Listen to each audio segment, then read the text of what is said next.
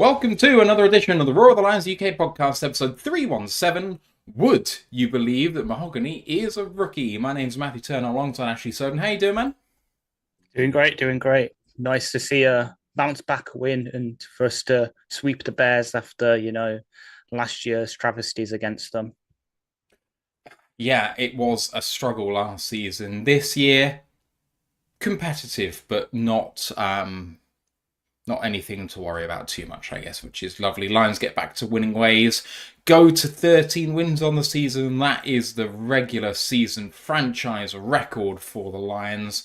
And there's still 2 games to go to push that even further. They've also broken their record for points scored in a season. And again, only through 15 games. If we're in a 16-game season, they'd still have one more to go. So let's see quite how far we can go.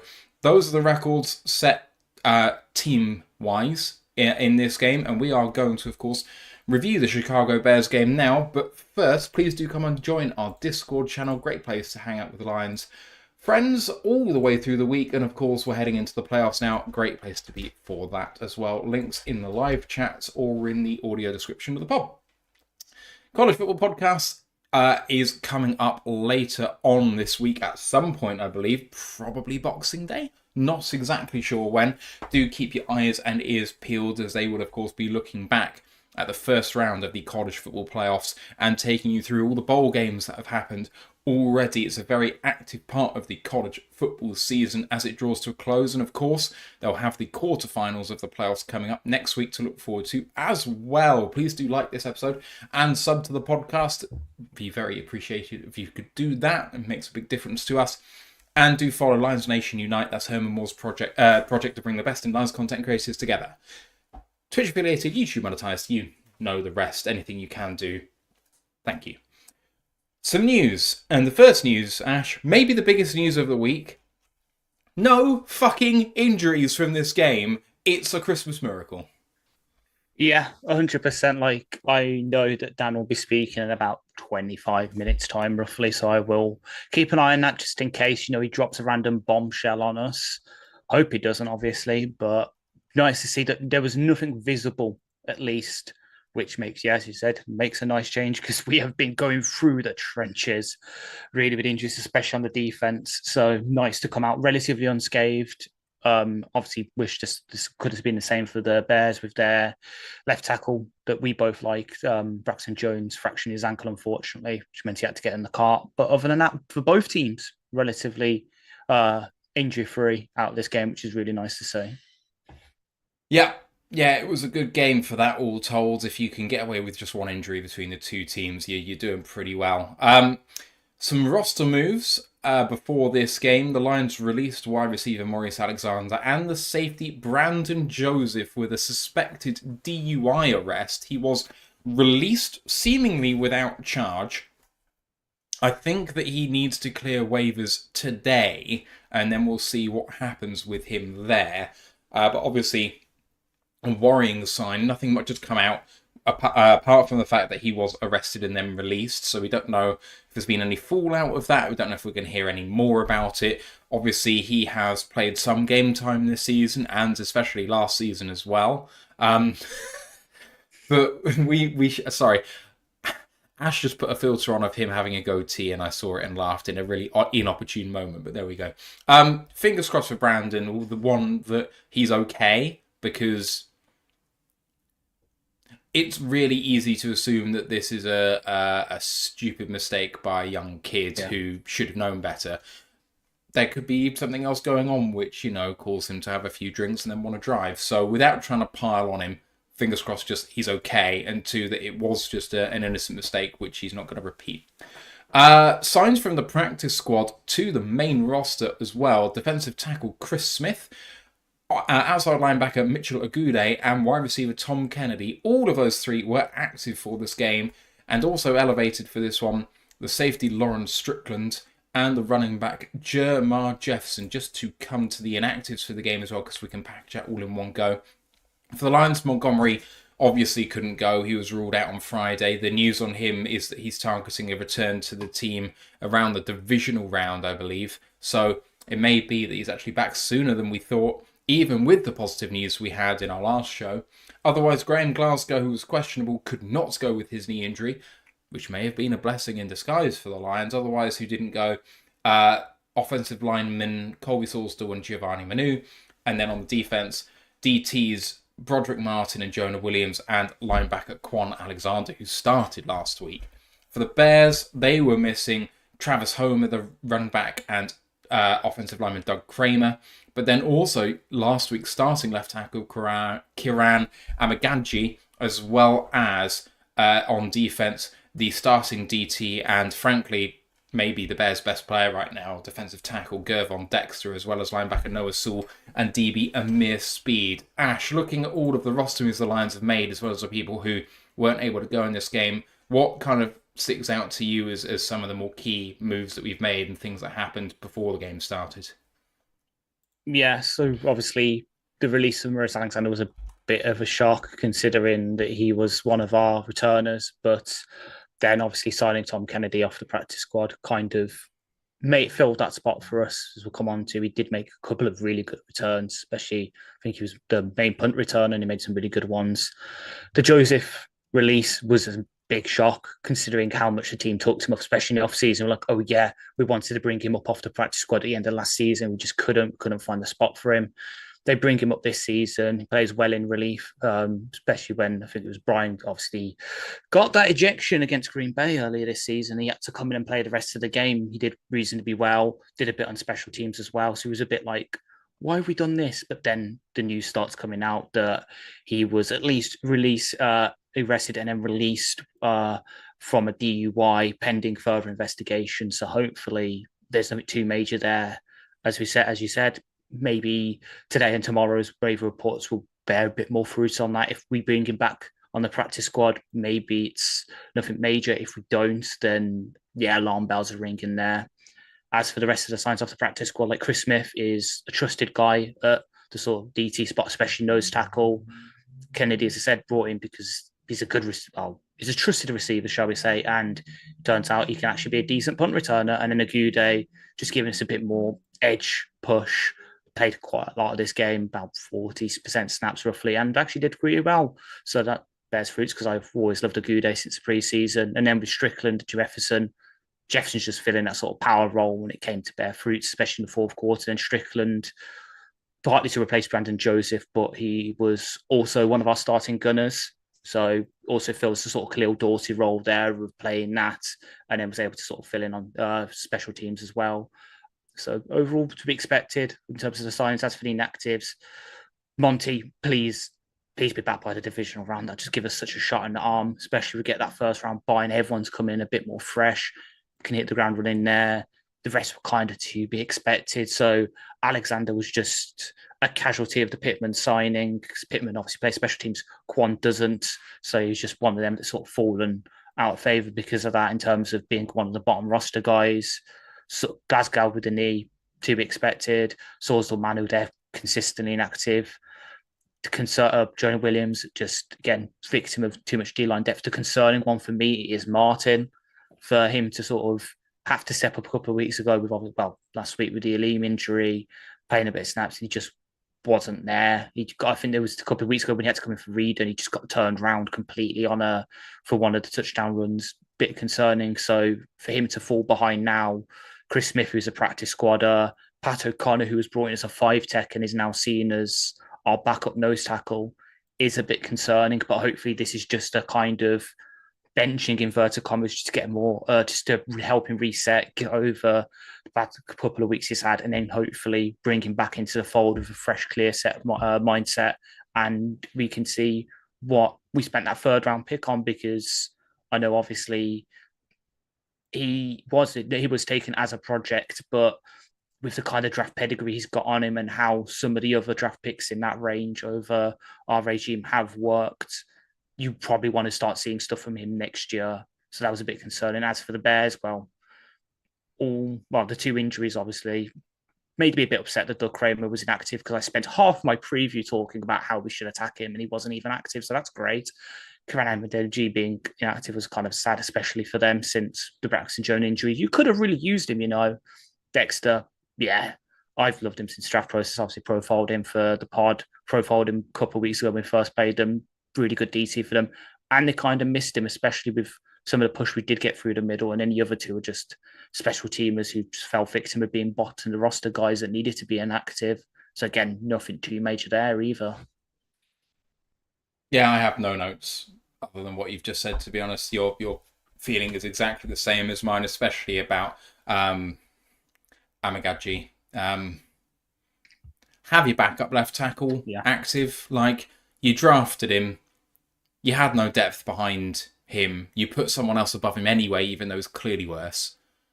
Nothing says I don't believe in you anymore like benching him after one start. It's everything about the organisation which has led the Bears to this point was perfectly encapsulated by this decision, because who cares who your backup left tackle is? Genuinely. Like, it isn't that big. Like, most of the time, you won't even need him. If you do, it might be for one play. And what long-term damage do you do if you draft him, he gets injured early so he doesn't get the time in camp, and then you give him one start on a short week when he hasn't had much time to actually acclimatise to what's going on.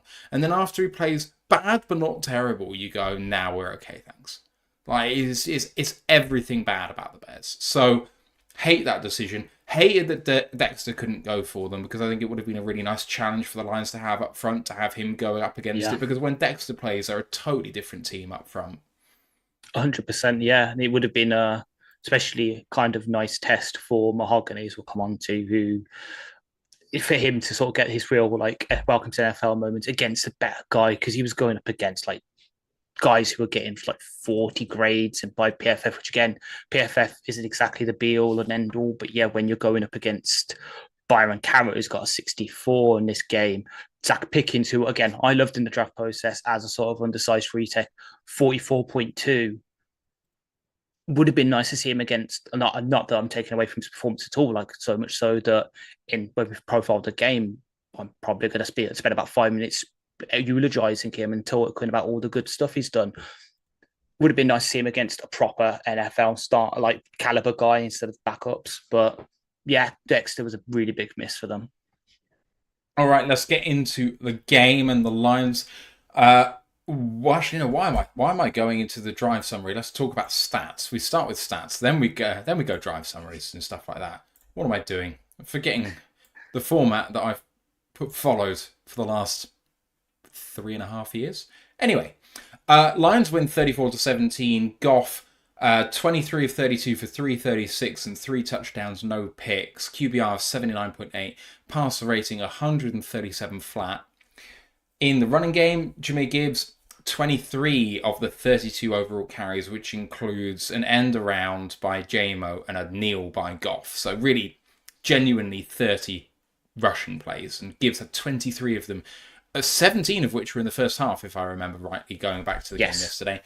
He finished 23 for 109 and a touchdown. Craig Reynolds 4 for 18. Jermar Jefferson 3 for 13 in the final 3 runs of the game, which led to the first down, which iced it all. So that was really good work by Jermar in his outing. And in the receiving game, JMO led the way, 5 of 7 for 143 and a touchdown. Lions also had touchdowns from Amon-Ra St. Brown. He was 6 of 8 for 70. And Sam Laporta, 4 of 7 for 43 and a touchdown. Also a good outing for Jahmyr Gibbs in the passing game, 4 of 5 for 45. And then Sione Vaki and Jermar Jefferson getting receptions, and Craig Reynolds had 1 too. So they split it up amongst the backup running backs between them with 4 receptions on 4 targets. Good work, guys. On offense for the Bears, Caleb Williams led the team in passing and rushing. He was 26 of 40 for 334 and 2 touchdowns, no picks. QBR of 39.7, which surprises me that it's quite so low. Passer rating 107.7. He also had 6 for 34 on the ground. Otherwise, the Bears went 11 carries for 25 yards, including 9 carries for 20 yards from DeAndre Swift. His long was 7 yards as well, so taking that out, it was 8 for 13, which is all manners of yikes. For the Bears in the receiving game, they were led by Keenan Allen, who just seems to love playing against the Lions. He only had 2 of those catches in the first half and had 7 in the second. He finished 9 of 13 for 141, did not drop a ball in the second half. 7 of 7 went his way, and a touchdown. Roma Dunze went 4 of 7 for 77, and DJ Moore 7 of 10 for 68. Their other receiving touchdown was by Cole Kmet, 2 of 2 for 9. They had 3 fumbles on the day. 2 accredited to Caleb and 1 credited to Adunze. Really, looking back at it, it might have been 1 to Williams and 2 to Adunze, but I digress. DJ Moore recovered 1 of those, but the other 2 were lost. 1 recovered by Neiman and 1 by Pascal. On defense for the Lions, led by Brian Branch with 12 tackles, we had 2 sacks, 1 by Melifonwu and 1 by Al-Qadim Mohammed, and 4 other TFLs, 1 by Mohammed, 1 by Onzarike, 1 by Robertson and 1 by Branch. They also had 6 passes defensed, 1 by DJ Reader, 1 by Arnold, 1 by Campbell, 2 by Amik and 1 by Branch.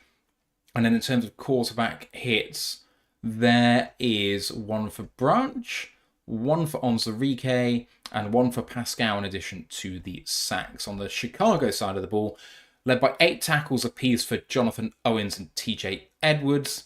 They had 1 sack, which was by Zach Pickens, which is maybe one of the softest sacks you'll see this season.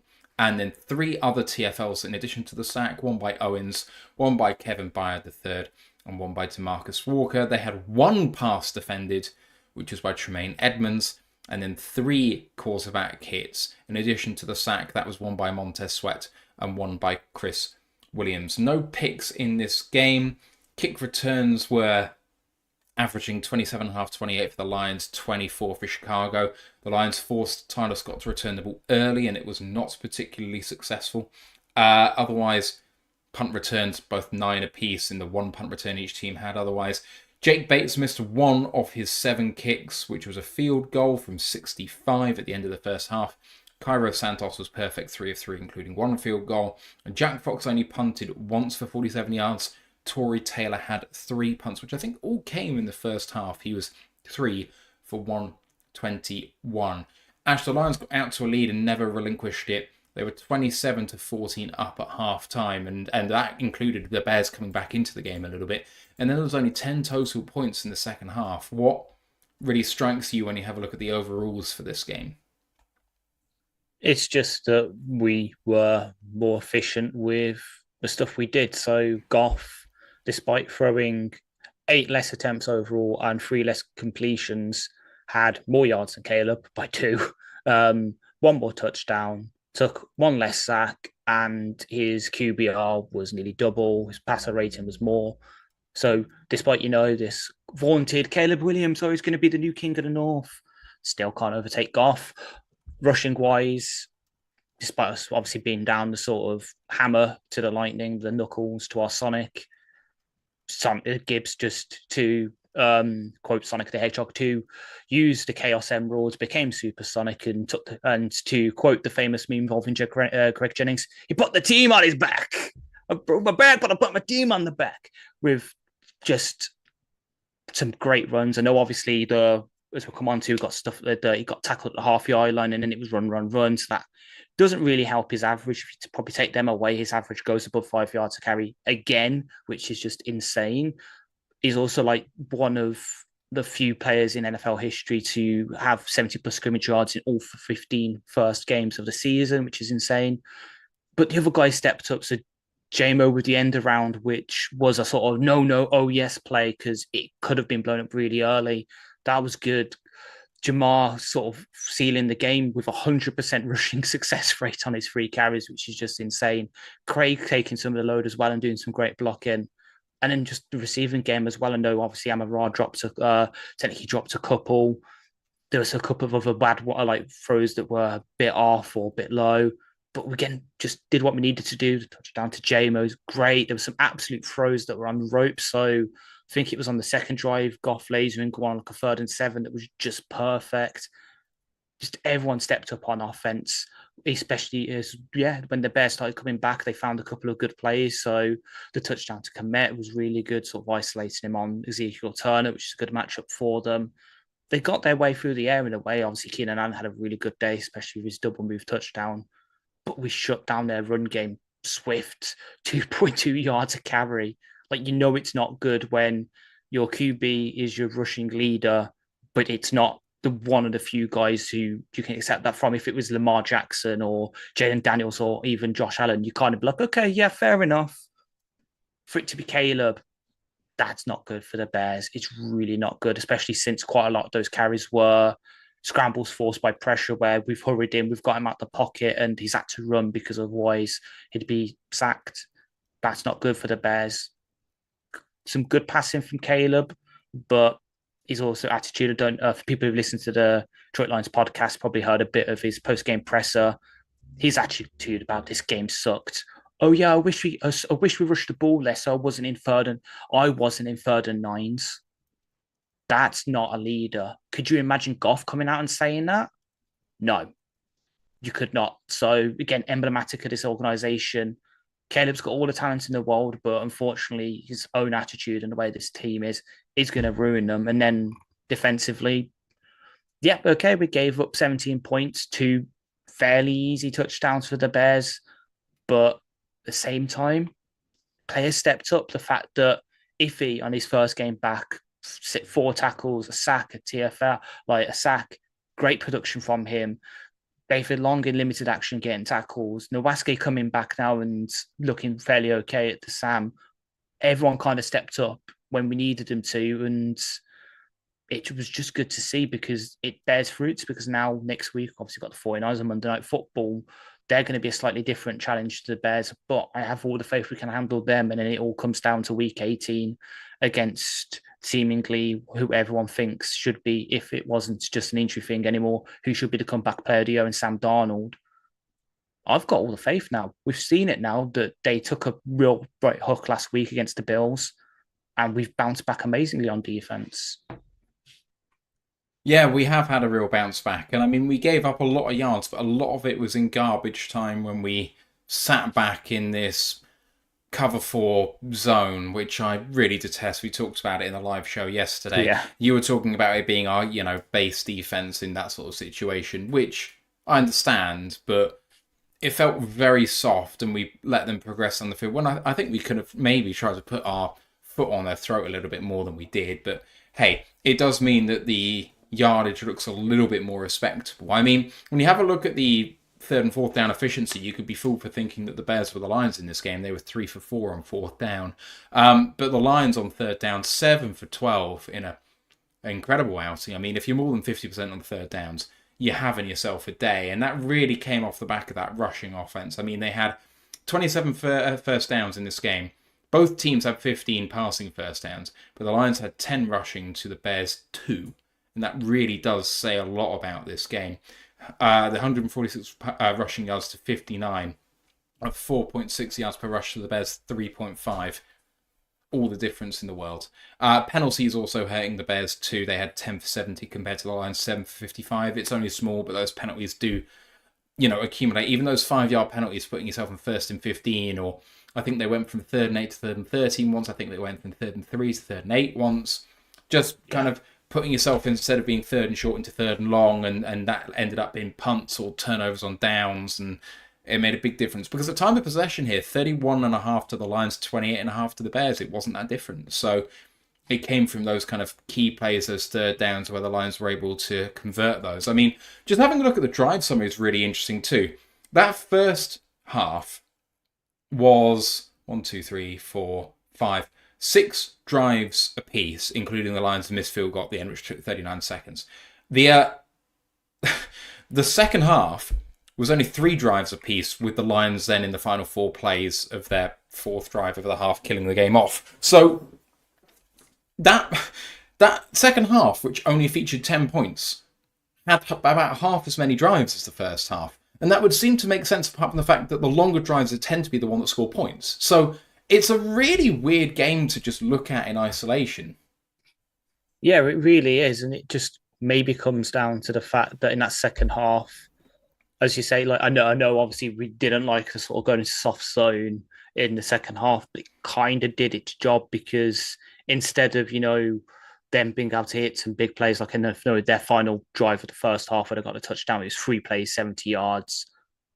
The second half, it's like eight minutes 15, 8 minutes again. Like this is long drives, and because we're in that such a lead where I think the time was against the Bears, so we could do that. We made them dink and dunk, and it just worked against them to the fact where the first half was hammer blows each way, which is kind of helped by the fact that we obviously scored an 82-yard touchdown, which really meant that drive was short. So it's 2 plays, 43 seconds. The second half, because both teams were kind of nailing down on each other, it just worked for us. We were just content to let that happen. So we come out the half, score the touchdown, get that lead up, and suddenly the Bears are done for. They get the field goal, which kind of makes it easy. And that's perhaps, as we'll come on to in a bit, where we did do that 4th down. That's why Dan felt he could do it when he turned away those opportunities in the first half because of that lead and because of the situation. It's like, for me, 3 points doesn't make a difference here. Let's see if we continue to drive on, or the Bears start in their own 20 and they've still got to go 80 yards down the field.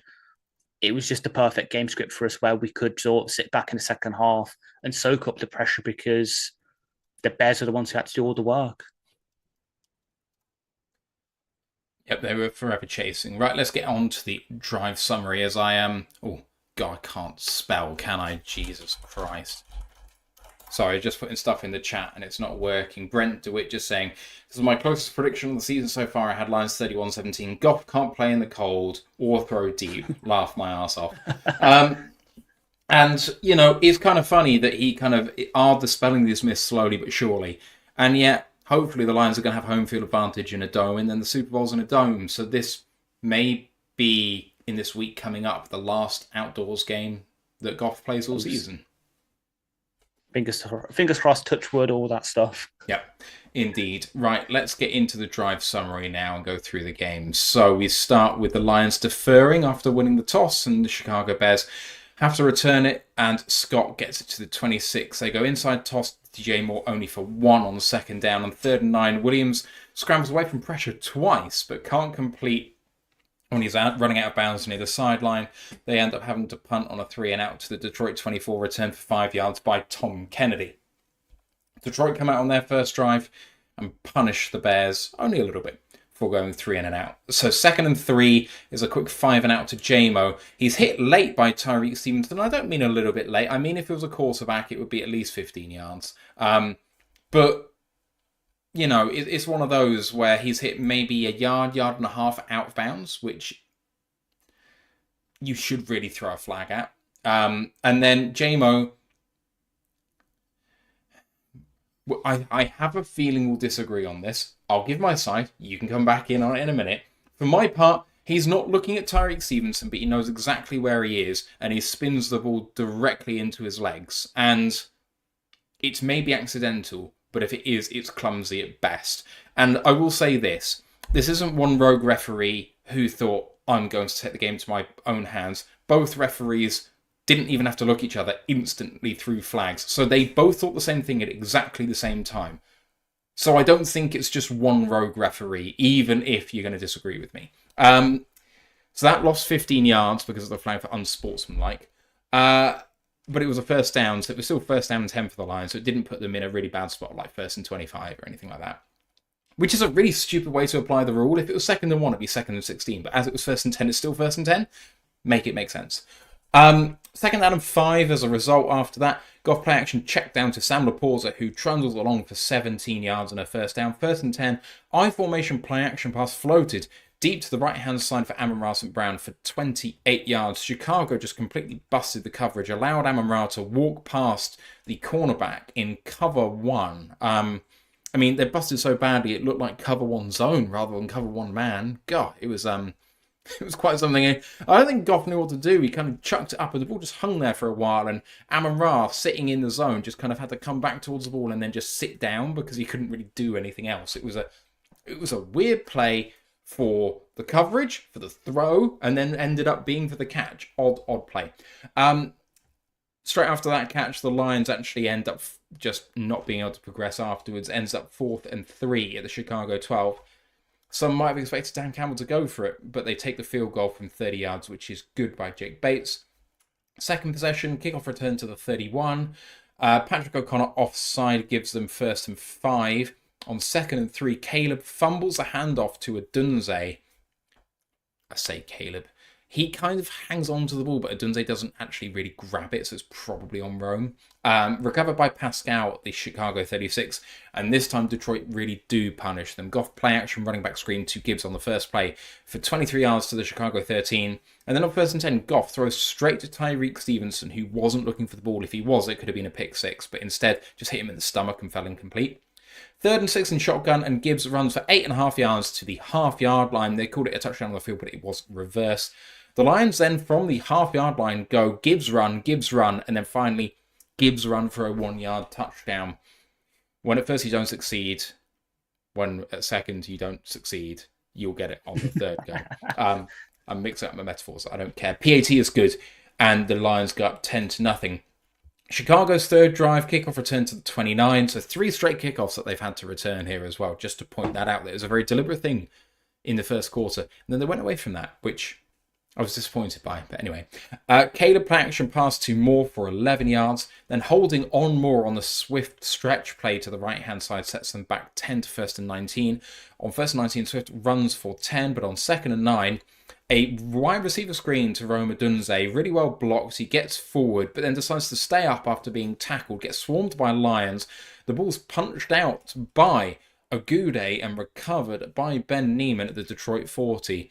And again, the Lions dish out a little bit of punishment after that, but not as much as they could have done. On the third drive, Goff with a play action laser beam to Jameson Williams for 17 yards to the Chicago 43. He really gunned it. The ball did not move in the air at all. Really good spiral. And Jonathan Owens hit Jamo at the perfect time, just as the ball comes to Jamo. But Jamo, with strong body, strong hands, hangs on to the ball. 1st down and 10 as a result. Gibbs runs straight up the middle for a 12. And then, maybe the play of the game, apart from, well, another notable one we'll come to later. 1st down and 10. Nickelback blitz by Kyler Gordon. He's about to meet him in the backfield for about a 5-yard loss after being handed it to him in shotgun. And he sees him coming, takes one step, and has the most ridiculous Madden-style spin move to get away from him, and manages to get 11 yards for the 1st down. But then the drive stalls out again. 4th and 6 results in a 34-yard field goal being good. Detroit lead 13-0. And after the kickoff, that was the end of the first quarter. Ash, it was an eventful first quarter. 2 turnovers by the Bears. Both resulted in points. 1 touchdown and 1 field goal off those turnovers. But we forced a 3-and-out early, which we got another field goal from. It felt like we weren't quite punishing them enough, even though we were continuing to get points on the board. We kind of got towards their 30-yard line, and then things became a bit of a struggle. Well, the only touchdown we did get, we started at their 36. So, there was some really good stuff in there, but a feeling that maybe the Bears were still in this game when we could have buried them in the first quarter. Yeah, we really could have. And as much as we like to rag on the Bears defense, well, you probably, as I said yesterday, you'll probably remember better because you actually did the previews. You probably have the stats there. They're still one of the best red zone defenses in the league somehow, probably because the amount of they've invested in linebacker, that's probably the area where linebackers and that come into play the most. But other than that, it just, for all the blabbering and that some Bears fans probably gave before the game, yeah, we should have been outside even by the end of the first quarter. Like the touchdown we did have from Gibbs, perhaps that's the only time we really missed Monty. Like, if it was Monty from the half-yard line, it's almost automatic, isn't it? But Gibbs still did power, and finally got in. Everywhere else, we were good on offense. Like, for the penalty on JMO, yes, okay, it was the both refs throw it, but it's because the Bears sideline reacted like it. It was great acting from them because JMO does it all the time. Loads of receivers do that thing where they go on the sideline and they spin the ball, or they do it in the field of play. It's just because of the way that the Bears sideline reacted that they threw the flags. And JMO even said that himself in the post-game press when he was asked about it in the locker room. He was like, yeah, I do this all the time, never got flagged for it. It's just because the Bears sideline, like, ooh, like that. The refs threw the flag because obviously that's the thing with unsportsmanlike conduct. It's like it's aggravating the other team. So for me, that's why it's kind of like the Bears sideline. Hang on. You just said it's because it's aggravating the other team. Yes, it. Yeah. So Okay. the So hang on, refs, but it's done in their faces with the ball hitting him in his feet. yeah, Yeah. and So, but yet that people. is precisely the point. That is why the flag has been Yes, thrown. That is my point. but there's no. My point is there's no consistency because it's been done so many times this season and seasons before, and it's rarely flagged. It's just because the Bears played up their reactions that it got flagged. I put it to you, sir. If it was done in the field of play, but the ball was spun into the legs of the person who just got dunked on, that they would also throw a flag. In the field of play, you tend not to throw it into the other player. But I think JMO knew exactly what he was doing. My feeling about it is that Tyreek Stevenson hit him late out of bounds, and he couldn't help himself, just a little bit. I hope he's a bit more mature than that after what happened last time. I really fucking do. Like, it's less. He's become so mature in the 3 weeks since something else happened. I mean, yeah, didn't you see him in the post-game presser? That is a mature man. He is totally not a child at heart at all. I absolutely love the fact that he's a little bit of a child at heart because he's such a man on the field when he's playing the game. But if he didn't know what he was doing, he should have known what he was doing. You can't have the ball hit the opposition player. So I saw a flag for it last week where someone threw the ball inadvertently into the defender, just like in the air. It's exactly the same thing, but on the ground. Like you can't do that. Yeah. You kind of even made my point for me by saying it was because you're annoying the opposition. Yes, but that's precisely the point with taunting. But that's about my point. It's like it's annoying the opposition. People think it's annoying the opposition. The refs thought it's annoying the opposition because the Bears sideline all went ooh like that.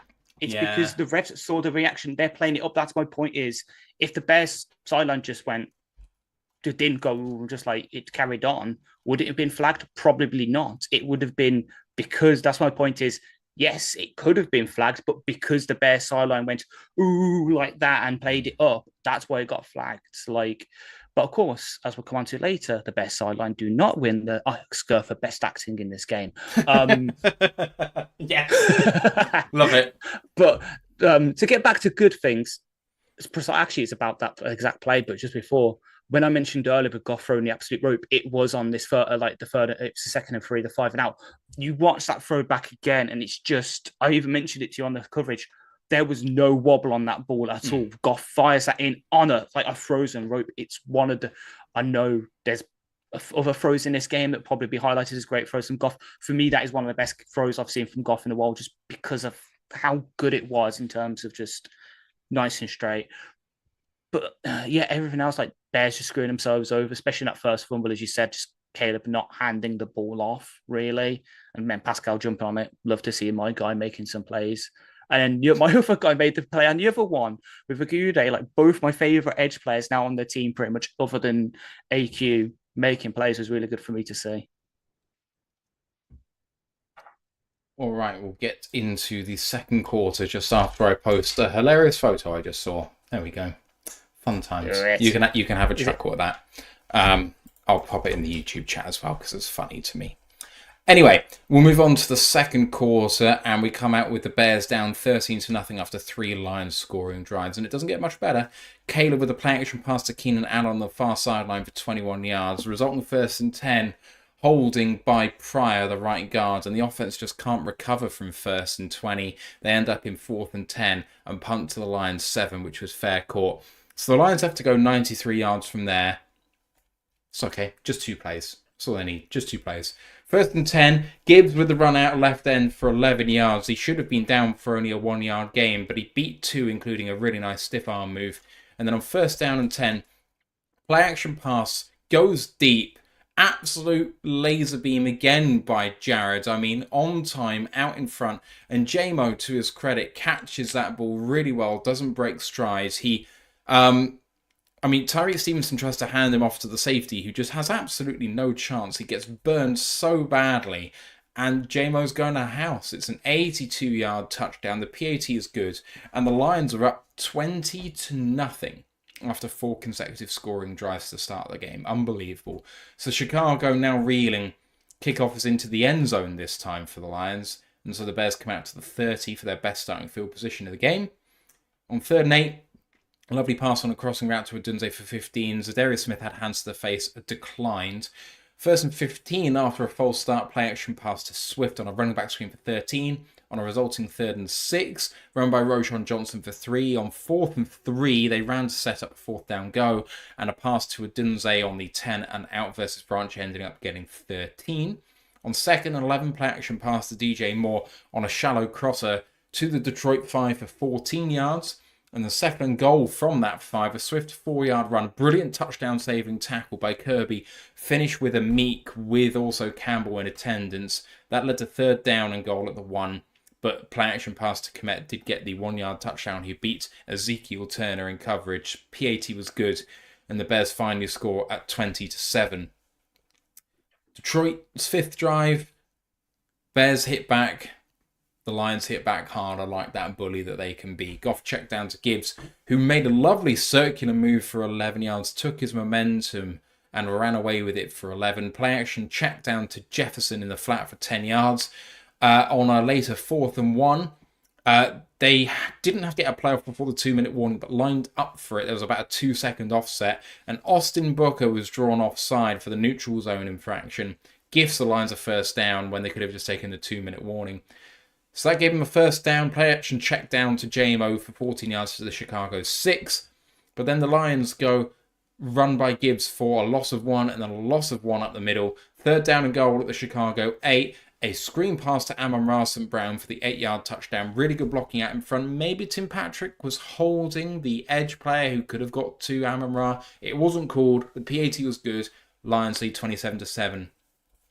Left the Bears with only 58 seconds in the first half. Can they hit back? Well, it only took them 2 plays too. So they started off from the 30.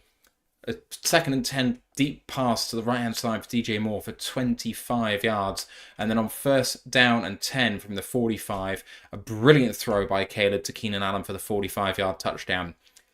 Keenan really sold the out route little shoulder move, and Caleb also faked the throw to him there as well. So Arnold, being the sort of instinctual guy that he is, absolutely bites on it, and if Caleb throws that ball, it's going for 6. Unfortunately, Caleb didn't throw that ball, and it went for 6 the other way. Great move by Allen, great throw by Caleb, and Allen just had no defenders anywhere near him. PAT was good, and the Bears cut the deficit to 13, 27-14. It only took 19 seconds for them to score that. Left the Lions with 39 seconds on the boards, and they thought that, maybe the Lions could get another 3 to close out this half or even more. They had a few timeouts in their back pocket still. But the Lions only managed to get to the Chicago 42 for a 60-yard attempt. Unfortunately, Hogan Hatton had a false start to send them back 5. They still went for the 65-yarder, but it was short and slightly wide right to end the first half. Ash, a very active second quarter featuring plenty of points. It started 13-0. It ended 27-14. So 28 points second quarter.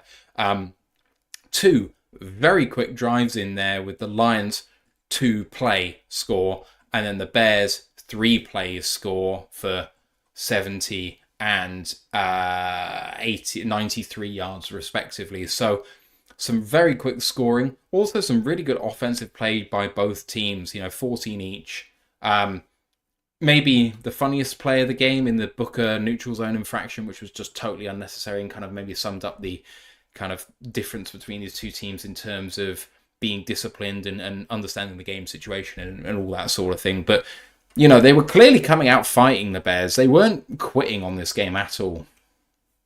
Yeah, they really weren't. Like, both touchdowns, as I said earlier, were really good plays. Just like the first one, isolating Komet on Ezekiel Turner, which is a bit of a advantage for them, shall we say, in terms of height and weight and that. Just perfect play call for that situation. And then their second one, as you say, get perfect play call, kind of drawing TA in with the instincts to jump the out route and then cutting it up and then him just getting free. Also perhaps shows that why, as much as we do love Iffy on this podcast, why perhaps he's not the best sort of deep coverage safety, because he left TA out to dry a bit there by not sort of being there to cover the deep route. But just perfect play calls by them, to be honest. I don't mind the decision to go for the kick at the end of the first half. Obviously, a bit upset that our guy Hogan gets the full start, but even then, I still would have gone for it because we know that Bates has the range for that, and it was nearly there. Like perhaps there was a bit of wind, it being outdoors. We can kind of let him off for that. It's a last second field goal anyway in the first half that really doesn't mean anything in terms of the scheme of the game. So, God help me if anyone tries to detract from Campbell for making that call because you're dumb. But even then, even though we gave the 2 touchdowns up on defense, it still wasn't bad play from us at all. And on offense, we still were rolling, as you said. Like we scored a touchdown with the really, really good play call with the screen to Amon Ra, the offense line doing their work. Yes, Patrick might have been holding a tiny little bit, and we had the debate on the live broadcast about it. Probably watching it back, yes, it might have should have been called for holding, even though he does let go just as the ball was caught by Amon Ra, so it's borderline. But for the most part, just a good little sort of ding dong battle in that second quarter, and it probably takes the wind out of the sails of the Bears. That despite them having some really good plays, we're still going into the half with nearly their points, double their points. The yardage was still in our favour. Even though I think by the end of the first quarter, they'd only like 3 yards or something stupid. It's just perhaps a bit disconcerting for them, but the fact they put all their effort into that second quarter and still didn't really get much out of it. So then obviously the second half being what it is, the kind of sales going out of them was maybe to be expected. But yeah, it was a damn good second quarter to watch. And both, like if it was, you put like blank helmets on both teams, it being Lions Bears, perhaps wouldn't have been picked up. People might have seen it as like, oh, this is perhaps Chiefs Bills, maybe the way that some of those throws were, because the 82-yard pass to JMO could have been Mahomes to Hill, and then some of the other stuff could have been like Allen to Dawson Knox. Like it was a really good second quarter. Yeah, it was an exceptional second quarter. Let's move on to the third now. And Detroit end up receiving the ball to start the half. Kickoff return to the 21. First and 10, a huge block thrown by Amon-Ra St. Brown for JMO. So he had a 5-yard curl run out the right-hand slot. He picks it up there and runs to the left-hand side underneath. Amon-Ra, who is the outside receiver on the left-hand side, comes up, has a really nice fence-off block outside, which means JMO can run down the sideline. Ends up getting an extra 20 yards out of it for 25 total. First down and 10. Goff with a short pass to Craig Reynolds for 5, and unsportsmanlike conduct penalty on Jalen Johnson for spanking the ball away after it was tossed to him by Craig Reynolds. It was really tossed at the referee, but I can see why Jalen thought it might have been at him. But I would say, in terms of the unsportsmanlike conduct penalty on JMO and the one on Jalen, that at least they were consistent in calling that sort of contact with the ball, chucking it away, that sort of thing. It's a related penalty, and they called it both times. That takes the ball all the way down to the 21-yard line of Chicago, and here comes maybe the play of the game. It's got the entire league talking about it. Goff and Gibbs with the fake fall down fumble play for a 21-yard passing touchdown to Sam Laporta, and the PAT was good for a 34-14 Detroit lead. Second and 11 for the next Chicago possession. Caleb with a deep throw to DJ Moore for 17 yards. Third and 14, Caleb scrambles for 13, and then fourth and 1 as a result. Caleb throws deep to the right-hand side to Adunze for 30 yards to the Detroit 15 versus a Meek Robertson, and about 4 yards on him, and the ball's placed absolutely perfectly. Really well contested by Meek, but he got a bit bodied. He tried to look for the ball and ended up getting in the wrong position. He needed to be in front, but he was behind. In that play specifically, 4th and 1, the Lions brought 5, and the Bears only protected with 5, and they gave Caleb time to throw on that play. So for one, good pass protection rep, but it really stands out for the Bears when they do that, especially in those high leverage moments. The Bears can do good things, and Caleb makes good decisions in the matchup he wants to take, so you don't want to let him get too comfortable. After that play, their drive stalled out on 4th and 7, 20 points down, and with the clock against them, they decide to go for the field goal to a chorus of boos. The 30-yarder was good, and the score was 34-17. And I will point out that this is with 6 minutes to go in the third quarter. There were no more points in this game, which is shocking to me, really. But yeah, there we go. I'm just trying to make sure that I get the timing on this right of when the third quarter ended. There it is. Okay, cool. So the Lions on the next drive, 34-17 ahead and with the ball. Second down and 10, Goff sacked for a loss of 7 by Zach Pickens, who tapped him on the shoulder and tripped him up. It's a soft sack, but Goff went down like a bit of a sack of shit, to be honest. It's a shame. He probably could have kept his feet if he really wanted to, I think. Third and 17, pass underneath for Amon-Ra St. Brown. An amazing double block by Jahmyr Gibbs. First up the middle to spring Amon-Ra free coming behind him. And then as he sees Amon-Ra running laterally, Gibbs goes north-south to get to the next man ahead. And that allows St. Brown to go for the first down in that play, getting 18 yards on the third and 17. There ended the third quarter, but I'll go to the end of the drive. On fourth down and 3 later on in the drive, Goff with an incomplete pass to Amon-Ra. Really well competed by Tremaine Edmonds down the middle. I think Amon-Ra had a very low chance of catching that ball considering what happened there. So that was a turnover on downs at the Chicago 13. And it hardly feels like I've talked very much in this quarter because just a few long drives of less than 10 yards per play, which, wasn't a huge amount to talk about. But what is there to talk about? Well, there's the fourth down and 1 for Chicago where obviously Caleb makes a good decision. There's the sack for Zach Pickens. But the real play that we've got to talk about is this fake fall down Goff pass, which was all came as a result of the Packers game against the Bears in week 1 last season, as we now have found out due to our friend at the Bear Down Chicago podcast, Brendan Shugru. I can never get his surname right, but he was the one I think who first identified that Ben Johnson took this from that game. It just goes to show you exactly how deep the well might go, because how many games has Ben Johnson watched that isn't a Lions game where he might have picked up things like this? And when people ask, why waste it here? I think the answer has to be, you just don't know how many of these Ben Johnson's got up his sleeve. Well, it's partly that, and it's also partly, as Goff explained at the podium yesterday, it's a play designed exactly for the Bears because of how they play and the scheme they run. So obviously, to break it down, as you say, yeah, it comes to that week 1 where Love drops the snap and still able to hit off a deep pass. So then this week, supposedly, and I think it was Monday, came up to Goff and was like, do you think if you could intentionally fumble the ball, then pick it up and hit a deep pass, you could do that? And Goff was like, maybe, but let's not. Maybe I should pretend to fumble and see what happens. They've run it a couple of times in practice and it just does. It works. And then this week they've run it and it's the perfect sort of storm for them because the Bears buy it with the help of the entire offensive line going fumble, fumble, ball, ball, trying to, draw them in. The Bears all drawn in, everyone's coming forward.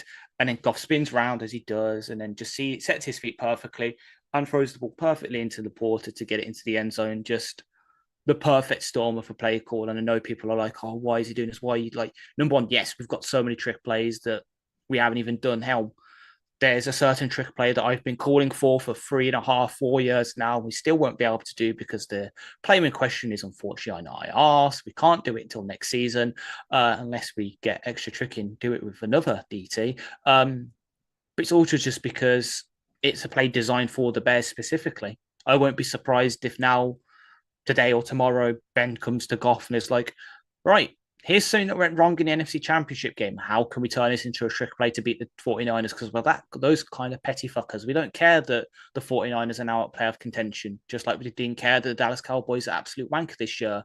We are going to put our foot so far down their throats that they'll be tasting our shoe polish for weeks. That's the kind of team we are. And just the rest of the third quarter in question as well. Yeah, fair play to, as we said, when they called the unsportsmanlike conduct on Johnson. Fair play for them kind of being consistent. Yeah, he's just trying to toss the ball back to the ref. And Johnson's like, get out of here. And he's right by the ref. They made the right call. this kind of shows that, you pay a cornerback all this money doesn't mean they're still going to play great. They're still going to be petty little children, especially if they're playing for that organisation.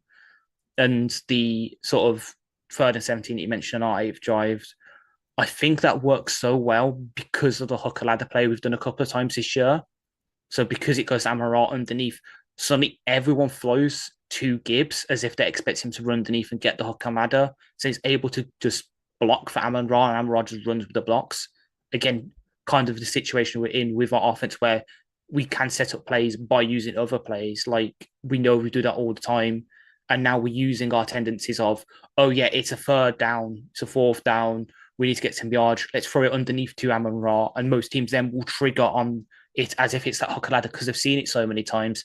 Now we can use those tendencies again, and kind of like what we did with the fumble rooski, the fumble bum, whatever you want to call it. We're calling it the fumble rooski. The team calls it a fumble bum, supposedly.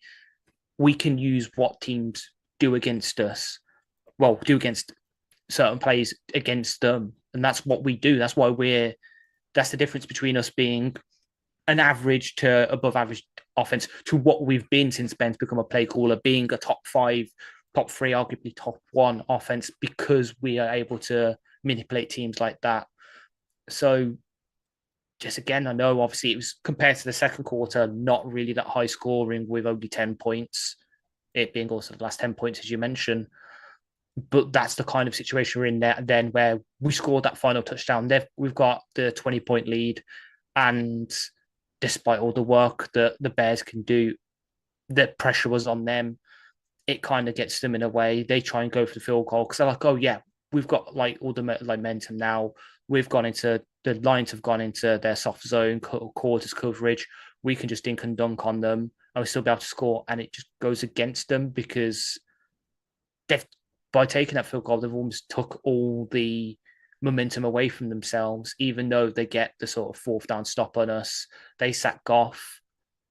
1 quarter score 20 points when we've got the potential to go and put another 7 up. So they're going to have to outscore us by 20 in that last quarter. The odds of that are so slim. Really are. Yeah, at that point, you need to decide whether you want to make the score respectable but lose or give yourself a slim chance to win. They chose respectability. Yeah. I guess they got it? Kind of? Yeah. Anyway, we go into the 4th quarter now. Chicago take over 34-17 down. 1st and 10. Caleb play action, escaping pressure and a nice throw to Allen for 15. 2nd and 2. Toss to DJ Moore, who fumbled it but recovered it himself. Ended up a tackle for a loss by Muhammad for a 5-yard loss. 4th and 7. Williams complete on a slant route to Allen for 10. Another short pass on 1st and 10 to Allen for 10. And then another one to Allen for 22 yards, right over Brian Branch. Amazing catch and throw there. Then Lions were caught with 12 men. The ball was called dead at that time to give an extra 5 to the Bears. 3rd and 11, Williams sacked by Al-Qadim Mohammed. He goes up against Larry Borum, who's the backup left tackle after Braxton Jones went off with his injury. He keeps the legs driving, and then as Borum tries to hand it off to go against a person running outside him, he then beats left guard as well for a loss of 9. On 4th and 20, they were going to go for it, but were slow getting out the huddle and had to take a delay of game penalty. On 4th and 25, they accepted defeat and punted to the Lions 12 for a fair catch. The Lions couldn't kill much clock. They did get 1 first down. 3rd and 7, a pass on a quick out to Amon-Ra for 8. I mean, carbon copy really of what they did earlier on in the game with throw to Jamo where he got the penalty. Very, very similar. The Lions are maybe one of the best teams at that 5 to 10 yards and outplay. The timing is excellent. But on an ensuing 3rd down, they couldn't convert. So 4th and 6, the Lions punt from their 27 to the Chicago 26. First punt of the game for the Lions. Returned to a 4-9 to the Chicago 35. Chicago with their last drive. 1st and 10, Williams sacked, trying to escape if passing out upon his safety blitz for a loss of 2. On 2nd and 12, a pass to Gerald Everett for 6. As Zadarius Smith gets pinged for his 2nd penalty, roughing the passer this time. It was a tiny bit late, but it wasn't egregious. And then on 2nd and 4, amazing PBU by Terry and Arnold in the end zone versus DJ Moore. I mean, if you wanted Arnold to start playing good in the red zone, in the end zone, getting his head up and looking at the ball, attacking it at the right time, then you're going to be very encouraged by that rep. 4th and 4 at the Detroit 11, thrown incomplete for DJ Moore. Good coverage again by Terry and Arnold and Ifatu Melifonwu trying to contact DJ Moore at the same time to ensure any completion. A flag was thrown for potentially unnecessary roughness, maybe, for not needing to hit him at that time, but it wasn't unnecessary. It was entirely necessary, and it was picked up. Turnover on down to that spot. The Lions needed one more first down in order to kill the game. Jermar Jefferson ran it 3 times for the first down, and the Lions were in nil downs for the ball game. Ash, no more points in that series. The Lions really didn't do anything on offense. So they had 2 drives. They got 1 first down, but they did what they needed to. For Chicago, they racked up plenty of yards, but didn't score any points. Obviously, they're trying to score touchdowns at this point, but, killing themselves, really, even when they were farming the ball to Allen, who was just catching the ball here, there, and everywhere. It still ended up with Williams taking a pretty horrible couple of sacks in 2 drives by the Lions, and even with a roughing the passer penalty, they still couldn't get things done when things were most important. And that play by TA is going to stick in my memory down the stretch, because it kind of gives me hope with Carlton Davis out that he can be that guy on the outside. Yeah, not to be that guy that was like, oh, I was there earlier. I was there earlier. What did I say when Davis initially had to miss a game? What did I say as my hot take for that game? That TA plays cornerback 1 and shows that he can be that. And he kind of did. It wasn't perfect that game. But yeah, that exact rep just shows the amount of growth he's had this season, because if this was week 1, week 2, he would have been called for DPI in the end zone because he wouldn't have got his head round. That rep, his head is always round. He's watching the ball and he times the bat down perfectly. That is the kind of growth we've had. He's always had the athletic skills to be there with a receiver. Now he's kind of getting that mental/technique side down. He might never be a sort of rookie season Sauce Gardner. He might never be Patrick Surtain or Darrell Revis, to go back even further. He'll never be one of those kind of shut down corners that will always shut down a receiver, hold them to like 20 yards or whatever. But he is the kind of cornerback 1 that you can trust to go up against the team's best receiver, and more often than not, make neutral or positive plays against him. Yes, he'll occasionally give up big plays like he did in the first half with the touchdown to Keenan Allen on the double move, but 80% of the time he'll make the right play and be there. And that's all you can really ask for a cornerback in these kind of days where there's no such thing as a shutdown corner anymore. And then, as you say, maybe it was helped by the fact that the Bears were in obvious passing situations. They completely went away from the run, so the D-line could tee up against Caleb and sort of sack him.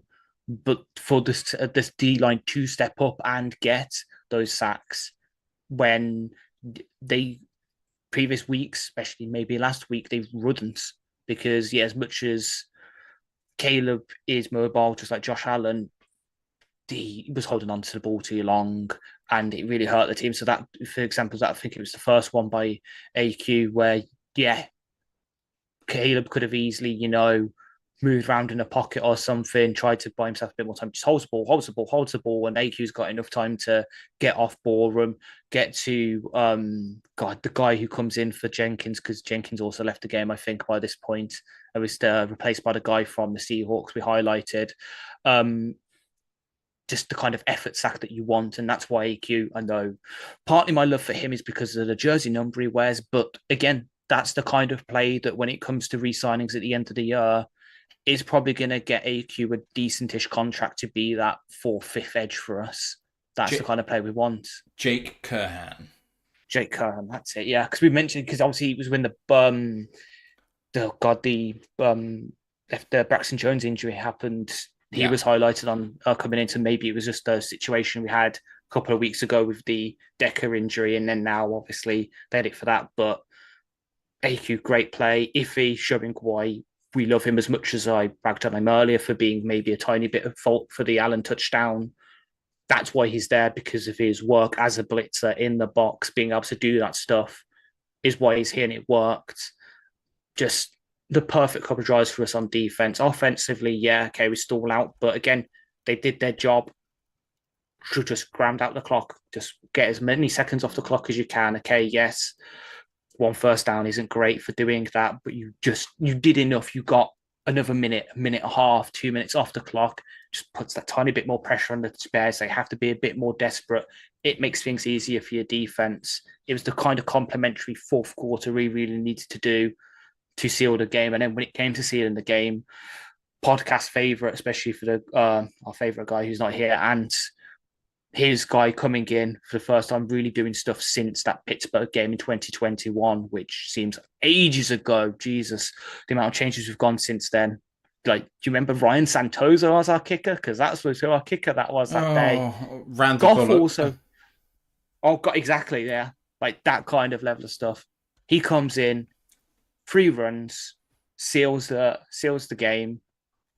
We win. Simple as, because as soon as that happened, I don't know about you, but obviously you, but as you know, because I'd started commentating it, I turned the game. As soon as that we got that first down, I was like, okay, we're just going to lay it down. Time to watch the Commanders game.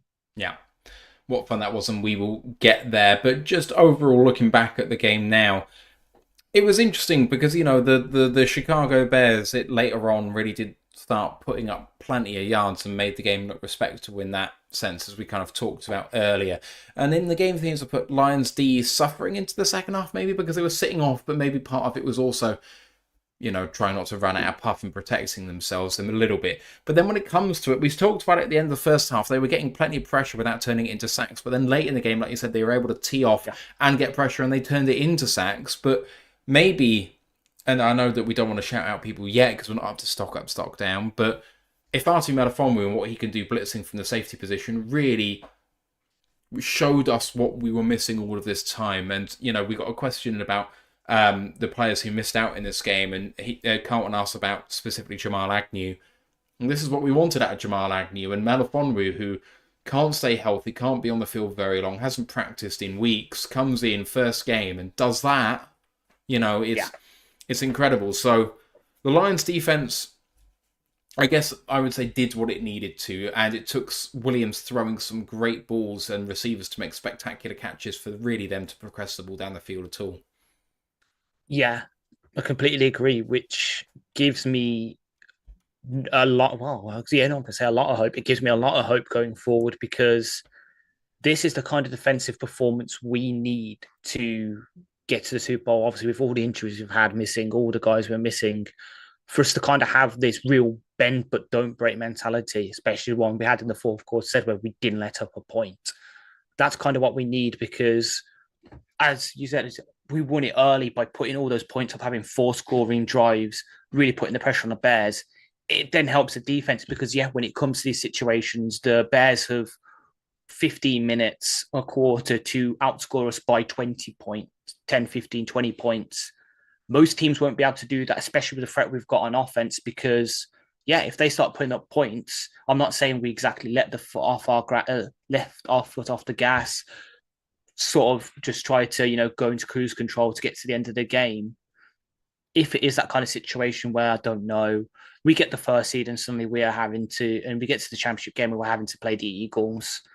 I'm not saying we could get in that position against the Eagles, but it is possible. If we do get in that position, suddenly they have to basically put the game on Jalen Hurts' shoulders.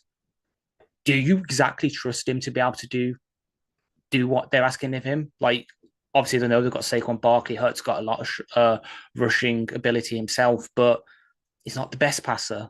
You look at some of the other guys around the potential NFC field that we're going up against. Honestly, and it might be a bit hyperbole for me, the guy who probably scared me most in this kind of situation where, okay, the team's got 1 quarter to come back from a big deficit, is the guy we faced in week 1. He's the only one that really scares me with that kind of situation. Darnold doesn't, Love doesn't, Hurts doesn't, whoever comes out of the NFC South won't because they're all shit. There is only one guy really in the NFC playoff picture right now that scares me in that kind of situation, and it's Stafford. And even then, as we've shown, you can tee off against him, and he's less mobile than Caleb. At least Caleb would kind of be able to extend plays and get away from pressure. Stafford won't be able to. I mean, the only other guy that gives me pause in that situation is Baker Mayfield. The problem for Tampa Bay, and we'll come on to their game later, is with the loss. They are out of the playoffs right now, and the Falcons can clinch next week. And that will put the Bucs out altogether. The loss yesterday is monumental in the NFC South. And I have a lot of doubt about the Falcons being able to actually convert because, if anyone knows anything about this division, it's the teams in the lead lose. So, Yes, so we'll see exactly. what happens with that. But if Baker doesn't make it to the playoffs and the Buccaneers miss out, everyone in the NFC will be, giving a sigh of relief because Penix, rookie quarterback, and then that rushing game, they're receiving weapons. It should be so strong, but there's something so dysfunctional in Arizona, in Atlanta, and I'm not really sure what it So, is. yeah. Anyway, moving on back to the Lions a little bit on offense, it's a weird game, is it not? Because if you have a look at this, you might be able to look at this and actually take away potentially some negatives. They put together some good scoring drives early, but they ended up taking a lot more field goals than you would like. Weren't able to finish off a lot until the Bears started rolling. And yeah, there was some good touchdowns in there, obviously. The one to JMO sticks out. And then the Fumblerooski sticks out. But without that gadget play and without just a burner down the field, they struggled a bit in the red zone, low key. And then, second half, I know we didn't need to push the agenda, but they're not going to take their foot off the gas. We know that about this team. And they were stymied in that second half. It was a bit of a struggle. Yeah, so kind of mentioned it with the Gibbs rushing touchdown. It's one of those situations where I think missing a true power back in Monty did kind of hurt us because in those situations where the red zone's obviously condensed 20 yards, instead of having to cover the entire field, the team's only having to cover a fifth of it. Everyone's a bit more condensed. It's a bit harder to get those sort of open space runs that Gibbs, given his profile, will thrive best at. So we kind of were missing him there. But also think, as we mentioned, because obviously I think it was before where we went 13 and up, it was kind of like, should we have gone for 4 here? But it's kind of a situation where I think Campbell knew the game state, knew the situations, like just getting those points, sort of not letting us have stall out, but we're in field goal range here. Just take the points. It puts more pressure on the Bears. It kind of helped us. And then obviously in the second half where we did go for 4th, it was the kind of situation where adding 3 points didn't really help us in any way, shape, or form in terms of the game state too. We could go for it because, yeah, either we get it, which continue to drive on and we potentially score a touchdown, which then really does put pressure on the Bears, or we don't get it. They're still down by 2 scores and they've got to go 80 odd yards to score. And I think, let me just look back, but at that point, they punt. So it kind of worked. It's kind of like one of them. The first half, it's just condensed field, us kind of getting into our groove offensively, being the first kind of proper week without Monty. It being outdoor conditions, and no, obviously it's a bit of a draw narrative, but yes, sometimes that does affect players, like with some of the drops and that. And in the second half, it was kind of, we can be in cruise control here. The game state's in our favor. We can go for the 4th and that, and we don't really need to. And just, it might also just be that the Bears in that second half just made a couple of good adjustments. Like kind of what they did on offense, as we'll come on to in a bit, probably targeting our linebackers in coverage with running backs and tight ends. They kind of made the same kind of stuff in the second half, being a bit closer in their coverage, playing a bit more man, really sort of focusing their linebackers and safeties in the middle. So it was a bit harder for us to run. They made a couple of good adjustments on defense as well, which is kind of encouraging for them because, as you highlighted in the preview, and it's been highlighted many a times by other people on Twitter and that, since the Flight Eberflus, their defense has really gotten to shit because as much as I like Eric Washington as a defensive line coach, he's not a good DC. He's never played cool before. He's been thrown in the deep end without a paddle to keep himself afloat. He actually kind of did some good stuff here, so maybe that's a bit of encouragement for the Bears. Maybe going to next season, though he's probably going to be gone. The new head coach is probably going to bring in his own guys, but there's enough there to give you a tiny bit of encouragement maybe for the Bears defense. All right, I have nothing further in game themes. We've kind of talked about it already, so why don't we move on to shouting out some players for good or ill. Who's your first player this week? If only, the title, the show, and my little title on the screen, which for the audio listeners who perhaps miss out on some of my great puns that I put as my name on the Zoom calls, is Christian Gives Me Wood. Of course, referring to our rookie guard who I was one of the first. I know me and Ant maybe can shake hands and agree that we were both there on him relatively the same time. But Christian Mahogany coming in, not even playing on his natural side. He's been a right guard in college, played a bit of right guard for us. Well, mainly played right guard for us in the preseason, having to come in and basically flip sides to the left-hand side, which maybe it helped him a bit having being between Decker and Ragnar. Though also that would say the same on the other side, being between Saul and Ragnar. So maybe that is by the by. But just coming in as a rookie, having missed most of preseason and most of the season with obviously mono/glandular fever, depending on what side of the pond you're on, coming in and playing that well, having the second best pass blocking grade on the team per PFF with an 82.5, a 70.6 overall grade. I know obviously he had the full stop penalty that Goff even came at himself to reflect with my comments earlier about what Caleb said in his press conference, saying, no, the full stop was on me. Him playing that well just gives me a bit of hope, because I know we shouldn't really be looking to the draft when we're doing this well, but at the same time, we all know how much I like the draft. Interior offensive line was probably one of our big needs going into that. It gets a bit less. We probably still need to look at it, but Mahogany could, if he is a starter for us next season, either at left guard, right guard, I'm completely content, and that shouldn't be a shock, because people who read my rookie sort of preview that I did in the about late June, where I tried to say like, oh yeah, instead of like, oh, it's what I predict from a high and low floor for them. For Mahogany, my low floor was Alex Kappa, who is like a league average guard. He was He's a good player. He's a really good player. So last season, Kappa was a top 25 guard by PFF grade with a 64.9 grade. With 64.9 grade, which was 22nd in for all guards. His run blocking grade was 13th, and his case pass blocking was 39th. But Kappa is your reliable guard. He's a really good player that you can plug in and be happy. You might be one of those where if you upgrade on him, you would want to, but at the same time, you're not exactly hating him.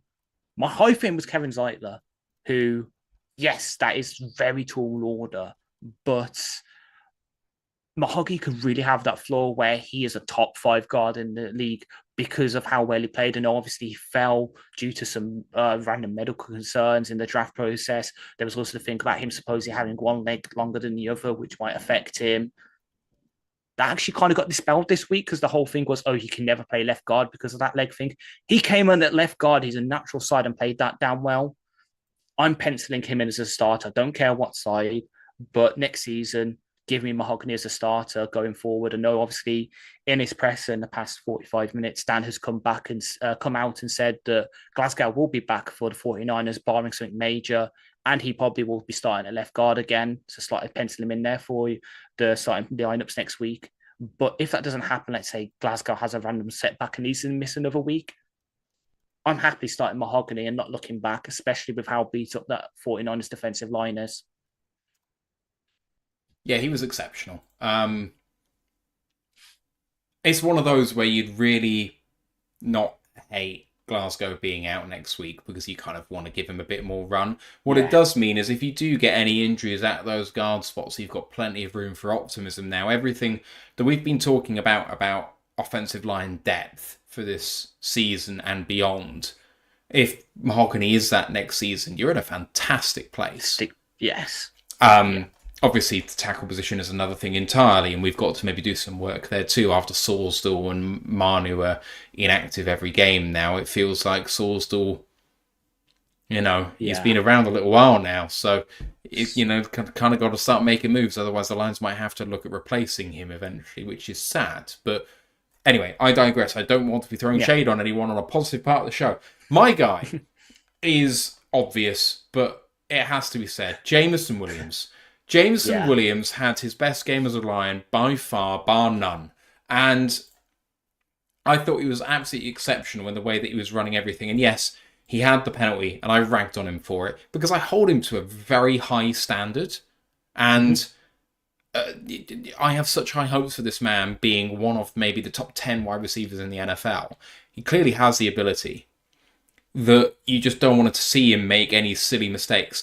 PFF say it's his best game of his career, with an 86 grade. I don't really care about PFF, though. You can see it in terms of what has really come on is catching over his shoulder, You can see that that's really improved. But also doing some of the stuff over the middle, that's really improved. But the route technician stuff, where he's just running those quick timing routes, the 5 and out, the 10 and out, the comeback routes, he's becoming a menace all over the field. And if he can just be a touch more consistent, and the catches, sometimes he's still bobbling them a little bit, but now it's a bit more sure. Another off-season under his belt, and I really think next year he's going to set the world on fire. As it is, for this season so far, he is PFF's joint 41st rated wide receiver. That is the same grade as Jacoby Myers, Tutu Atwell, and Jerry Jeudy.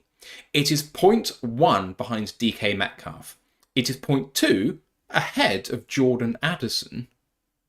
And it is only just behind some other, fairly big names like Brandon Ayuk before he went down with his injury. It's only a smidge behind CeeDee Lamb and Khalil Shakir, who are being regarded as some of the best so far this season. So, he really is making a statement for himself that he is here to stay. And that despite my concerns about, I say, the high standard I'm holding in terms of maturity and trying not to get too, not giving the referees an opportunity to flag him for something fairly innocuous. But the thing is, sometimes maybe I think that stokes his fire a little bit.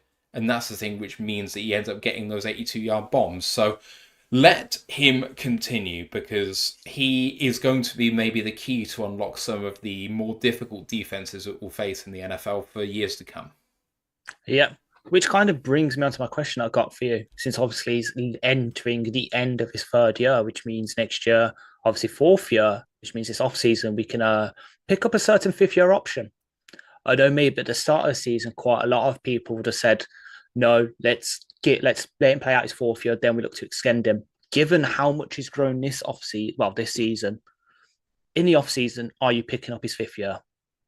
I'm not just picking him as 5th year, I'm picking him as 5th year, but I'm going to extend him this off-season because it's going to be cheaper than doing it the year afterwards. He's shown me enough where I'm fairly confident that he's in the right spot and that he's making the progress with us. And I also think because next year he's absolutely going to explode, I think that he'd be willing, with the faith we've shown in him to this point, to sign a relatively team-friendly deal. And the way that they structure their contracts, he'll still get the benefit of that 5th year option anyway, or just locking him in. Yeah.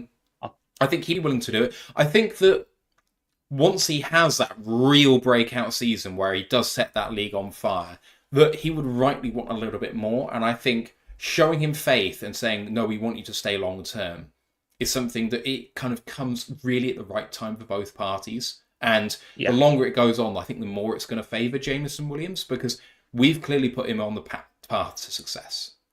Exactly. Like I completely agree. Like I can see him having that kind of contract, as you're saying, where there are performance-based escalators built in there. So kind of like what happened with Khalif with his, not the extension side this offseason, the one before, where because he got all-pro returner, because he hit certain yardage sort of milestones, that last 2nd year of his contract before, so the one for last season, he got more guaranteed money, a bit more like that because he hit those. I could see that happening with JMO. And yeah, I completely agree that he'll take that kind of team-friendly deal because of how much we've had his back with all the shit he's gone through, especially this season with obviously the PED thing, the gun charge, all that kind of thing. I could see it really happening. And the beauty of his role with us is he is our number 2 receiver, but the guys behind him, number 3, number 4, can easily pick up the slack if he's maybe having a bit of an off day. And he's also got potential of, let's say, teams focusing on our number 1, which is obviously Amon-Ra. He does have that potential like this one where he can go for 100, 150, 200 yards because of the role of the offense he's in. And as you say, with the growth he's had with route running and catching it, we've had the offseason to focus on that a bit more. Obviously, we've heard from prior to Detroit, where they've interviewed his wide receiver coach who goes to every offseason. He could really turn into that kind of, I'm not going to say Tyreek level kind of receiver, though it definitely probably has that potential. But yeah, that consistent top 10, 15 receiver, which to complement Amon-Ra, to complement Sam Laporta, if he continues being a great tight end, the weapons we've got in the backfield, and just hopefully touch wood, he stays the offensive genius we've got with Ben, and the QB we've got with Goff, who you get his trust, he works out with you, he can give you the ball whenever you need it.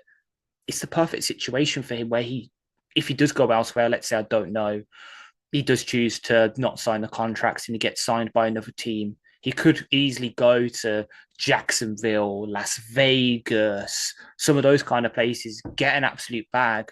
But because the team doesn't know how to trust him, and because, let's be honest, those places, the temptation there will be a lot for him, he could flame out. And that's the sad thing. So I think he'd want to stick around as well. Jay-Z, not him, someone called Jay-Z in the YouTube chat has just said, I thought J-Mo gets no fifth-year option after the suspension for gambling earlier on in his career, so I can address that directly.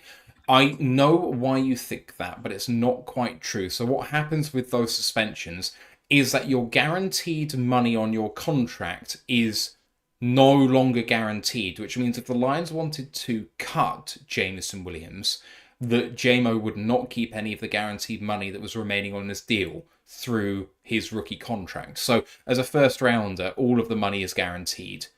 That was then voided. So it becomes pay as you play, like it is with every other player. So that is void, and the Lions could still cut Jameson Williams, and there should be, beyond the signing bonus on his contract, there would be no other dead money because it's not guaranteed anymore. However, it hasn't voided the fifth-year option. That is still just a team option. When you think about what the players are losing out on when it comes to guaranteed money, it's entirely the player losing that money. A fifth-year option is a team-friendly thing. Therefore, it's not really punishing the player to remove that, and that's why it's not a punishment in terms of this infraction, shall I call it. So hopefully that clears that up. We've seen in the past other people have their guaranteed money voided in that way, but there we go. Right, player number 2 for you. I'm going to flip to the other side of the ball, and it's a tough decision. I'm gonna leave the certain guy for you because I know he is your guy, and you can probably give him the proper panegyric he needs.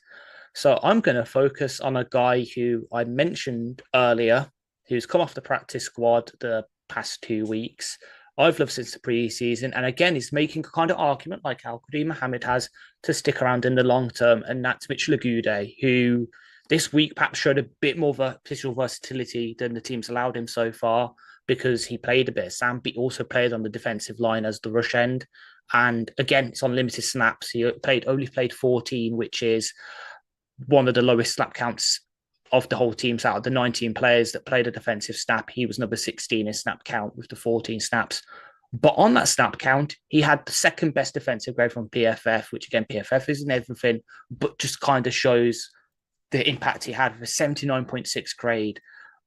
None of the grades in particular were exactly high, so none of them were actually above 70, but he made some impact. He got a run stop on one of his 3 defensive run snaps.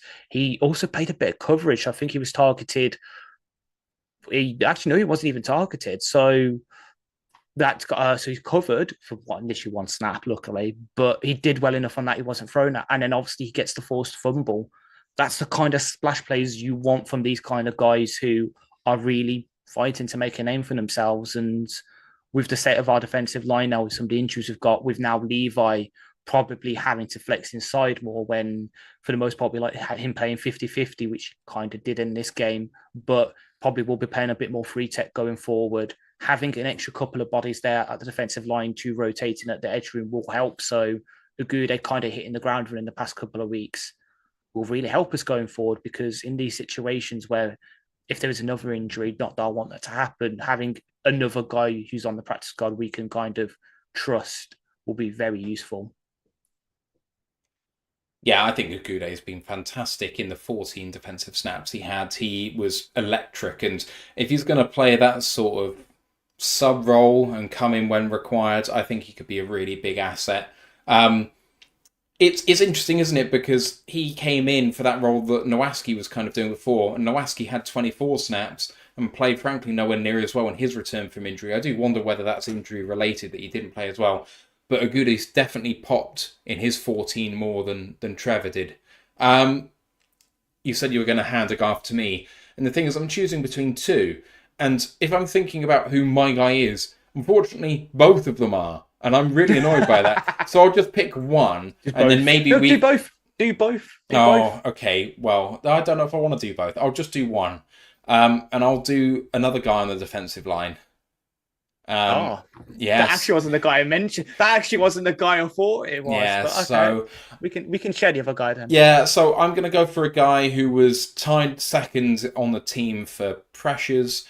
I thought that he was absolutely fantastic, being versatile in terms of where he was lining up on the defensive line, kind of half inside, half outside. I flagged it up on the preview as someone who could be rotating with Pascal at the DT and the left end positions, and he did just that.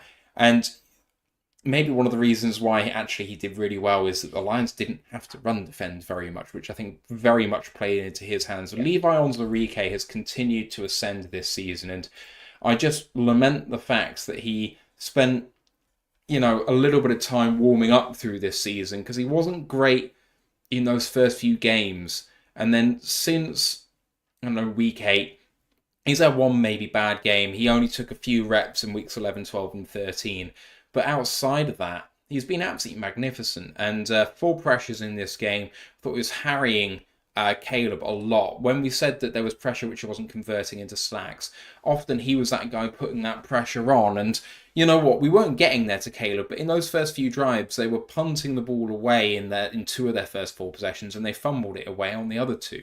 And Levi was one of those guys who was forcing Caleb to having to throw while going out of bounds at the sideline, which inevitably was going incomplete. And yes, those are the reps where Josh Allen was firing a ball back inside to the middle of the field to get caught. So it's not like we haven't seen that sort of thing work for another quarterback. But you've still got to put that quarterback into the position where they're having to make a risky play. And sometimes when it comes off, it looks amazing. But sometimes if it goes badly, either goes incomplete or even worse, it can be picked for them. And Levi obviously has now got a really big opportunity with no Hutch in the game that he can maybe make, and no Aleem in the game, sorry, that he's got some almost like starter level reps in either position kind of combined along with Pascal. And between the two, I thought they were very solid without being remarkable. But his rise has been something I'm absolutely here for. I'd love him to come back next season, maybe on a cut price deal to see what he can do if he can continue to ascend. But my guy's done some good things, and he looked like an absolute cut at some point during his career because of the injuries. He's got to the point where really I think fans have to look at him as priority depth. Yeah, 100%. Like you hit the nail on the head with the kind of flexing between us. Oh, the Lions have literally dropped some news that we've waived Chris Smith, which is probably to be expected a bit as we literally talk about defensive line. But yes, that's fun. But yeah, you hit the nail on the head because Levi, out of his 40 snaps, 20 were at the edge, 20 were at DT. Like, perfect flex between the two. And that's the kind of thing he will get those kind of reps now because, as you said, with the 2 major injuries, we've had 2 of our best defensive players. He will get those kind of roles. And the funny thing is, I know you mentioned that perhaps the Bears going away from the run helped him. I argue he didn't. He's had a really good year against the run, and in particular in this game. So made 3 tackles, missed 1, unfortunately. So, but those 3 tackles, all were run stops. So for someone who, is an undersized, free tech. Yeah, no, he obviously played nose tackle at Washington, which is a complete dumb move by them, using their talent. But then again, what do you expect of Washington? Look at how they performed this season. Yeah, he's had a really good season. And I know, obviously, I made the bit of the face when you had Pascal inside and Levi and edge on the little starter graphics at the start of the game. But that's the kind of role that both of them play. And as much as I love Pascal, again, grade-wise from PFF didn't really show out, though him and Levi both combined for 4 pressures. But yeah, Levi, I'm re-signing. Yeah, again, might be one of those like 1 year, 2 year deal, kind of like what we gave Kaminsky. And then again, have performance-based, snap-based sort of stuff ready for him. But I'm happy. I would happily do that. So I'm completely with you. Then, obviously, as people probably could have guessed because of the way I reacted, the guy I was leaving for you, but we can both kind of discuss, was obviously the guy who came back from injury off IR finally after being so close last time a couple of weeks ago, and then unfortunately suffering a finger injury. It's the blitzing, portraying himself, Fatu Melifonwu, who played 50 snaps on his return from injury. Who could have thought that? Which was sixth most in the team, and all the other ones above him were guys who are basically every down players, with obviously Branch, Campbell, Arnold, Kirby, and then Meek. For him to play that and to play so well in pretty much all facets of the game, so making on his pass rushing snaps, he only played 3 pressures, 1 sack, 1 hurry, and 1 hit.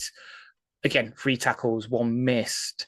And then in coverage as well, he got targeted twice. No, he got targeted once for no catch. And then obviously his grade probably gets dipped a bit because he was also kind of at fault for the Allen touchdown we mentioned earlier. But for someone who we've kind of been missing all this season, for him to come back like this and, yeah, as you said, show what we've been missing, it kind of made the Brandon Joseph cut, as Dan literally points out in the pressure earlier, about an hour ago.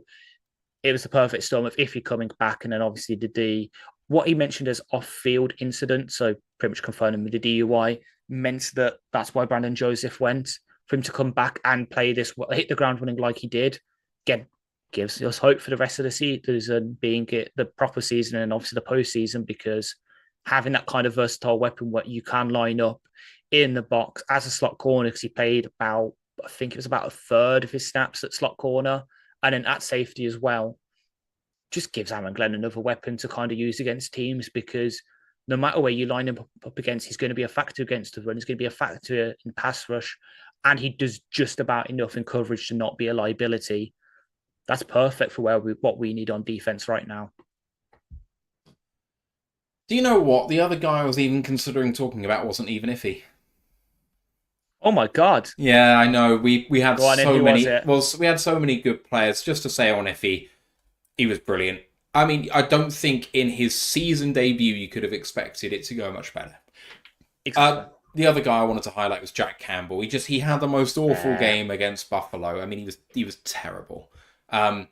Too much was put on his plate and he couldn't handle it. He's had a tremendous season and he's back to winning form with this one. He didn't miss a tackle. He had 3 run stops, top-rated defender in the game, 4 of 5 allowed in coverage for 51 yards, pass rating against 109. But I just thought he marshaled the defense fantastically. Anzalone's still out for the moment. More on that in a minute. But yeah, he's the leader of the team.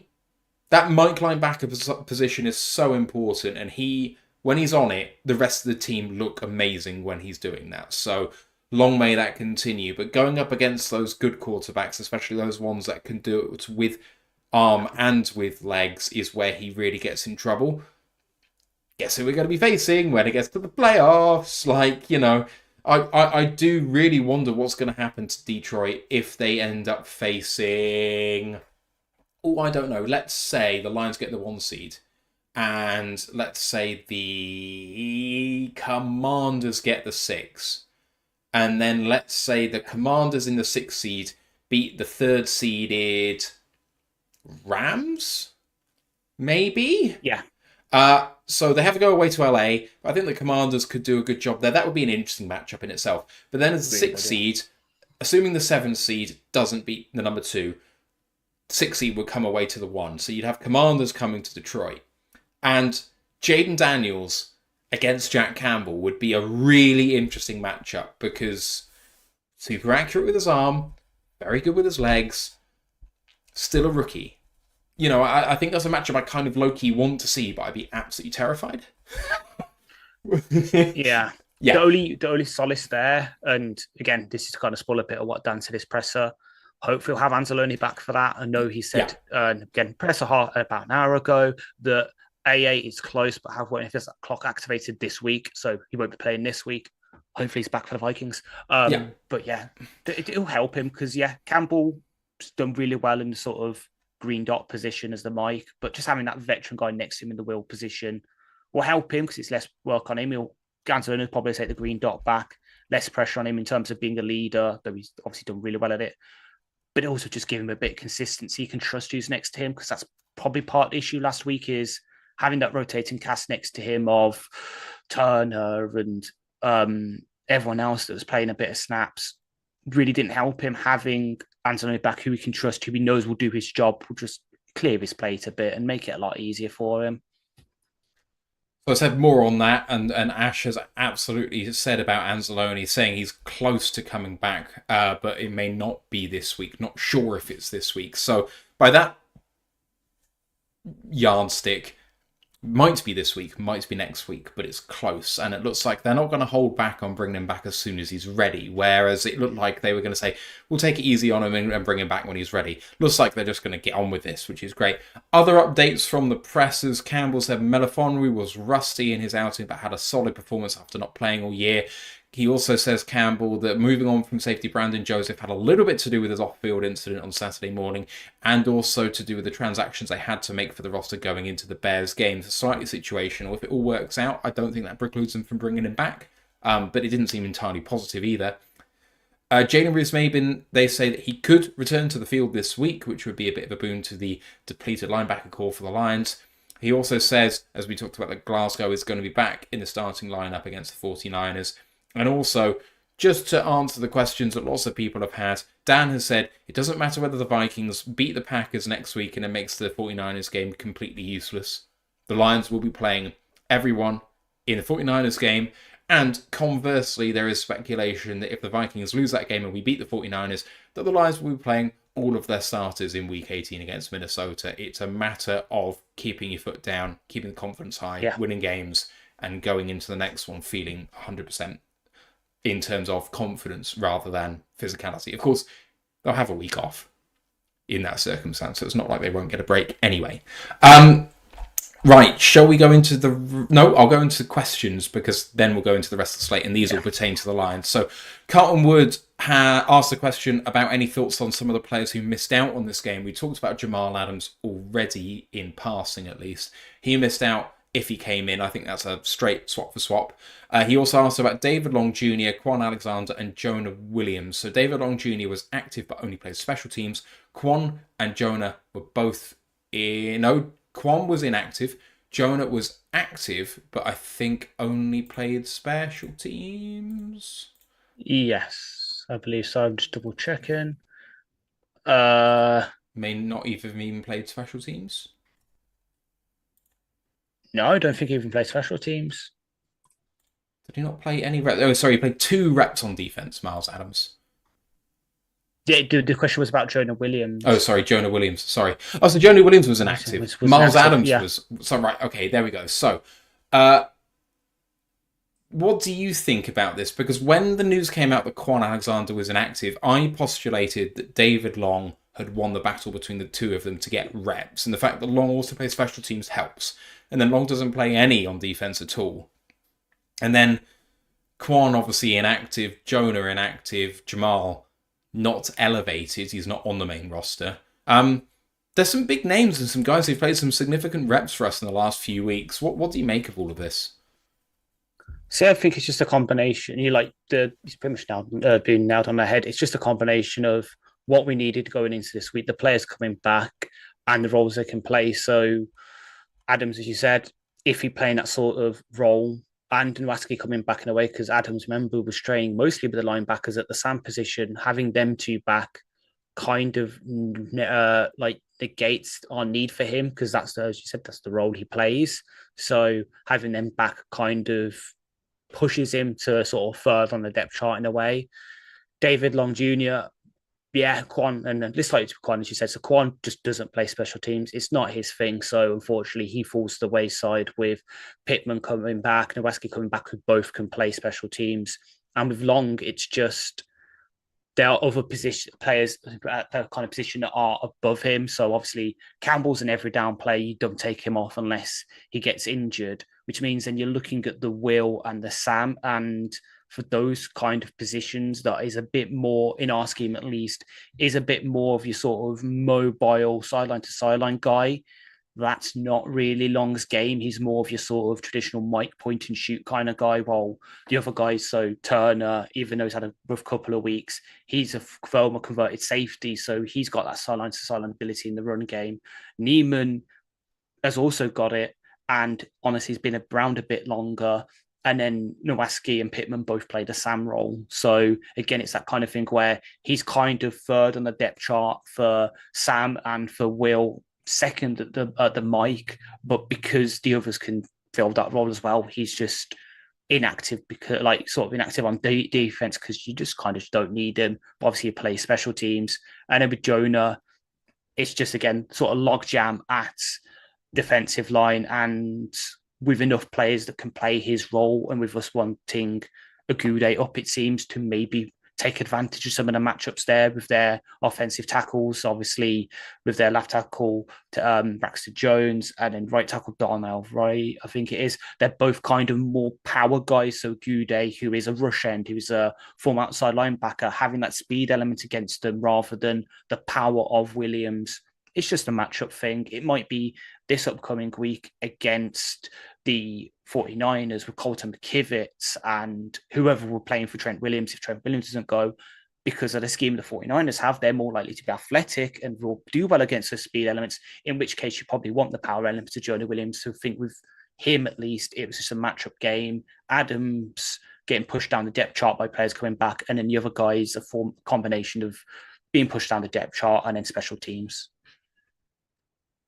Yeah, I don't disagree with any of that. You were going to more depth than I would have done, so I'm just going to leave that there. No, I'm very happy with it. JZ, I'll call him on YouTube, replied to this comment and just said, if he played the safety linebacker role for Jamal Long Jr. replaced by Nowaski being back, Quan doesn't play special teams, Lions went heavy on secondary and special teams players. So I think in short that covers some of the bases too. Yeah.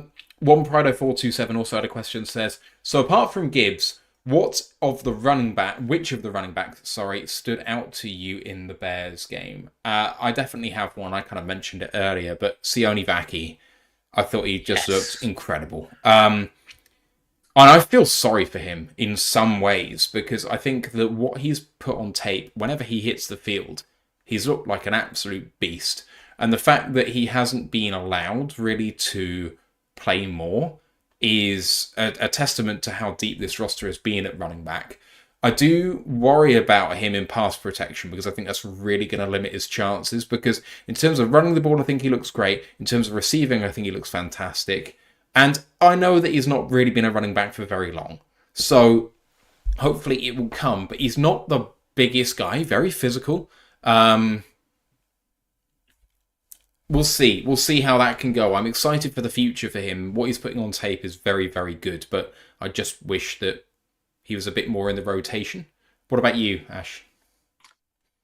I was going to say Varky as well. Like with Craig and with Jamar, you kind of know what you're getting already. Both of them are more power runners than zone runners, can block. About Craig can definitely block. Jamar's been working on that. So Varky was kind of the wild card coming to this, and we knew he was going to play it like, again, to quote my rookie article, the low floor had for him was Jordan Mason, the guy who you've seen the 49ers play a lot this season. And the high was obviously Matthew Slater plus, probably siding more towards that stopper side because one of the highest special teamers because of that safety background. But yeah, this week, I know he obviously wasn't asked to run the ball at all this week. It was his 5 snaps were all on passing downs. But it was in a really high pressure situation with a 2-minute drill to try and get the field goal. And he played pretty damn well. So yeah, it's almost sad that he's been buried on the depth chart, but maybe it's for the best though, because as you said, it hasn't really been playing running back that long. So having a sort of season to be mixed in certain situations to get those reps, but for the most part, you're putting him on the back burner to develop. So then next season, he could take that sort of running back 3, running back 4 role behind Monty and Gibbs, who are obviously going to be the starters unless what's happened with Monty, for instance, happens. You're probably not going to get more than 10 snaps from Varkey on offense, but giving him that time to shoot will probably help him in the long run. Because let's say we did ride him a lot this game. Let's say we gave him the majority of the carries behind Gibbs, and I don't know, he fumbles the ball, something that could really shoot his confidence. While the way we're playing it now, playing the slow game with him probably will help us in the long run, because you're already giving him a damn lot of snaps on special teams. So mixing him in occasionally when you need to on offense, give him those running back slots roles will just help him in the long run. Yeah, people have said about Jamar, and Carlton Woods just said, I thought Jamar Jefferson played like Gibbs when bouncing outside. And I mean, he does look very shifty. We always said, and Ant more so than pretty much anyone in the world said, that his vision when he's running with ball in hand is absolutely brilliant. And he definitely has developed his receiving game. I do wonder, with the limited reps he's put on tape, whether he's putting himself in the shop window to get claimed by someone off the practice squad. Because with the injuries that continue to happen, and obviously running back being that sort of position where attrition happens, players go down late in the season, you only need to put a few reps on tape and to impress someone before you get claimed. And I never really thought I'd see him get any trade capital for, but if you can just sign him for free to your main roster for 3 games before maybe cutting him for free, that's not the worst deal in the world for a playoff contending team. So we'll see. Yeah. But that's kind of where I think this is potentially trending, is that he can put himself in the shop window for someone else, and I think he's done very well in doing that. I don't think Carlton's dissimilar at all. I think he did look a bit like Gibbs, to the point where the team calling the game did say, here's Gibbs with the ball, and it was Jamar. And I think I may have made the same mistake too. He literally looks like him from the back. And of course, the number 28 versus the number 26 look remarkably similar as well on tape. So it's very easy to confuse the two. It's not, though, if you look for the one thing that I pointed out in the thing.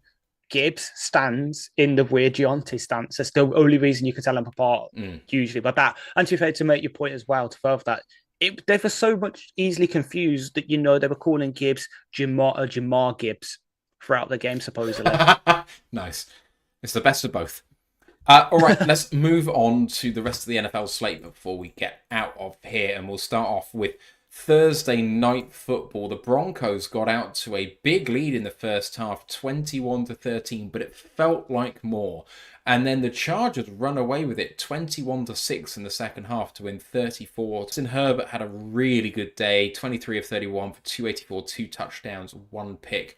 Bo Nix didn't have himself a bad day either, 29 of 40 for 263 and 2 touchdowns, no picks. But this is a game which really has made the AFC playoff picture look pretty boring. The Chargers were in the 7th seed, the Broncos in the 6th, and frankly, both have so the Broncos have about a 50% chance of getting to the playoffs now. The Chargers went from like mid-20s to high 70s in this one game. It really flipped the script for them. It looks like both are going to go, and the Chargers,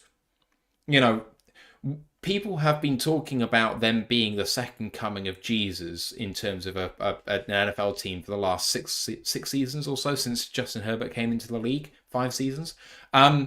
I keep forgetting that Justin Herbert and Bo Nix played together in college, against each other in college, which is nuts. Yeah. It feels like that for the Chargers, if they can sort themselves out, that they've got just enough in the receiving game, with Quentin Johnson realizing that he is a wide receiver, with Lam McConkey in the game, with Hassan Haskins making an appearance and looking really good, and then just about enough on the ground game with Gus Edwards that defense is good enough that they are going to that it's going to be a team no one wants to face in the playoffs, the Chargers. Yeah, they really are. They're finally kind of living up to that potential, though. I know I put in our Discord after the first half. I was like, so everyone talks about the defensive fall off for us, but where's the talk about the Chargers? And then, they come and do what they do in the second half, making me look like a fool as always.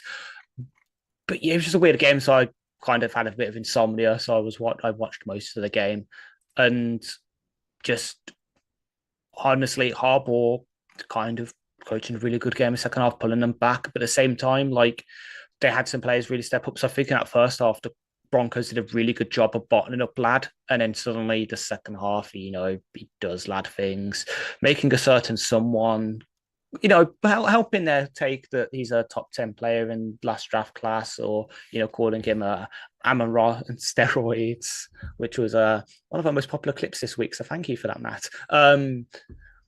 But honestly, both teams, I know you say it makes the playoff picture look boring, but I think both teams can kind of come out with this game held high in a way, because it shows that, okay, yes, there's a clear top 2, top 3, maybe in the AFC with the Chiefs, Bills, and arguably the Ravens, but they all look beatable. Obviously, they've all taken at least one loss this season kind of thing. But these showed that on any given Sunday, if, let's say, I don't know, the Broncos have to go to Baltimore, if the Chargers have to go face the Bills, it's not exactly going to be a done deal that the highest seed will win. Like both these teams showed on Thursday, for me at least, that they could maybe upset a team. And that wouldn't be so much an upset because they're both really good teams. The Denver probably have to get a bit better on offense, get a few more weapons around Knicks, maybe improve the offensive line a bit. And the Chargers just need to get a consistent wide receiver too, because as much as I again love Quentin Johnson in the his draft class, this was a down week for him after he did well last week. What did I say? Look at the player, but if you're going to bet the unders on him because he's never consistent, 3 catches on 6 targets for 18 yards ain't going to cut it, mate.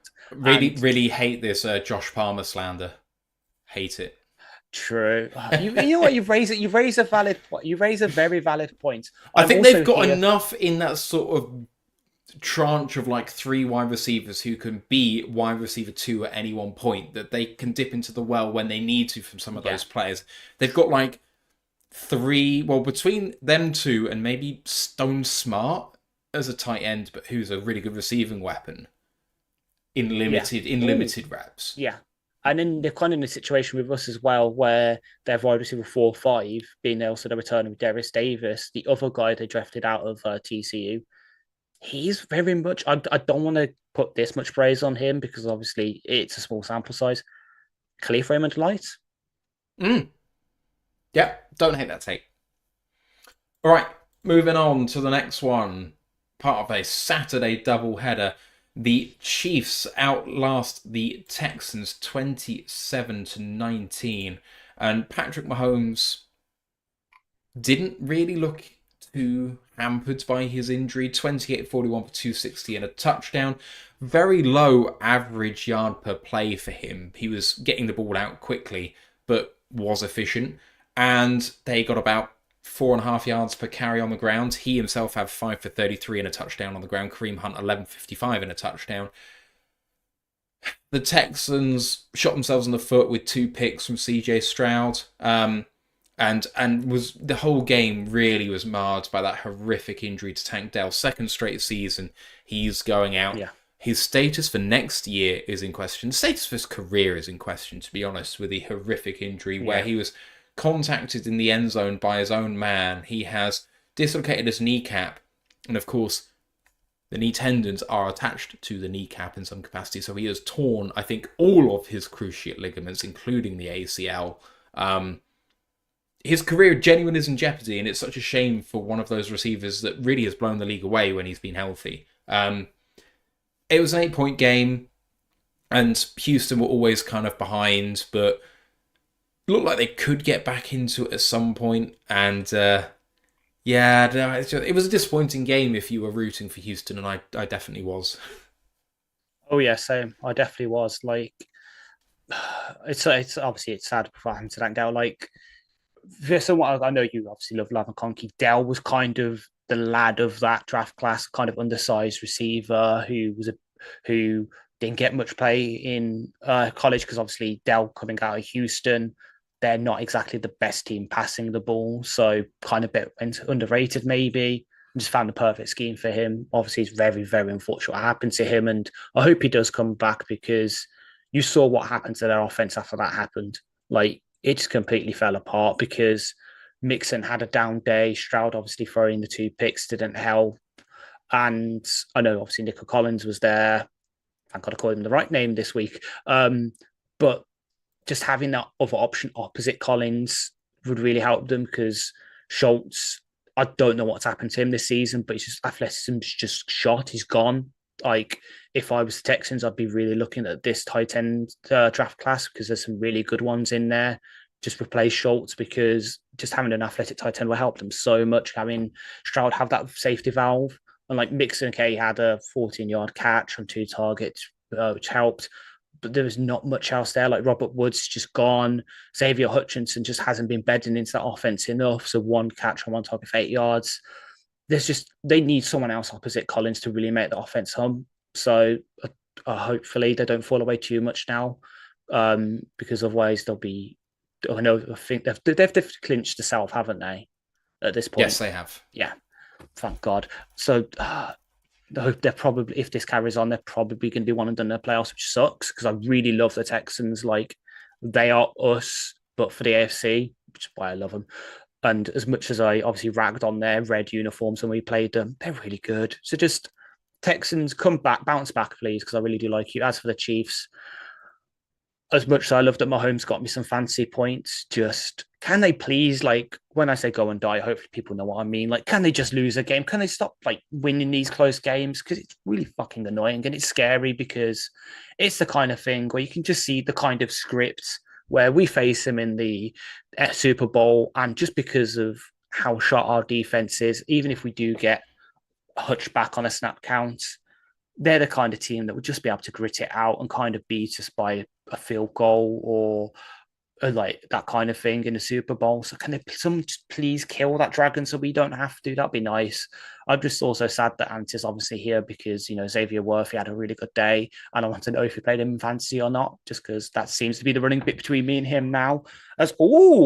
We've just been talking about Houston and they've picked up their Tank Dell replacement literally just now with the former Carolina Panther and Baltimore Raven, Deontay Johnson. Oh, for goodness sake. I mean, there's desperation and then, oh my God. Yeah, Yikes. Exactly. Yikes. Also, fair play to Spagnuolo, though. I got a question for you about this game and about one player in particular, and it's about me taking a victory lap. No, you know I don't like to toot my own horn. What? You don't even know who I'm going to say. Please, is it number 54 for the Chiefs? No. Thank God. No, it is not 54 for the Chiefs. It is a rookie corner who I believe was better than Terry and Arnold in the draft process. Give me. Number 4 for the Texans. Correct. So I shocked quite a few people when I profiled both of these guys.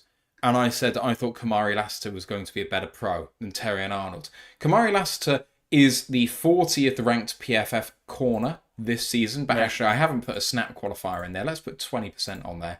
He now is the 28th corner in the league with a 72 grade overall. He's had very few poor games. He's had some exceptional games in there. He's played his 2 best games as a pro against the Chiefs. Oh, no, that's not true. Sorry, 1 against Chicago, 1 against the Chiefs.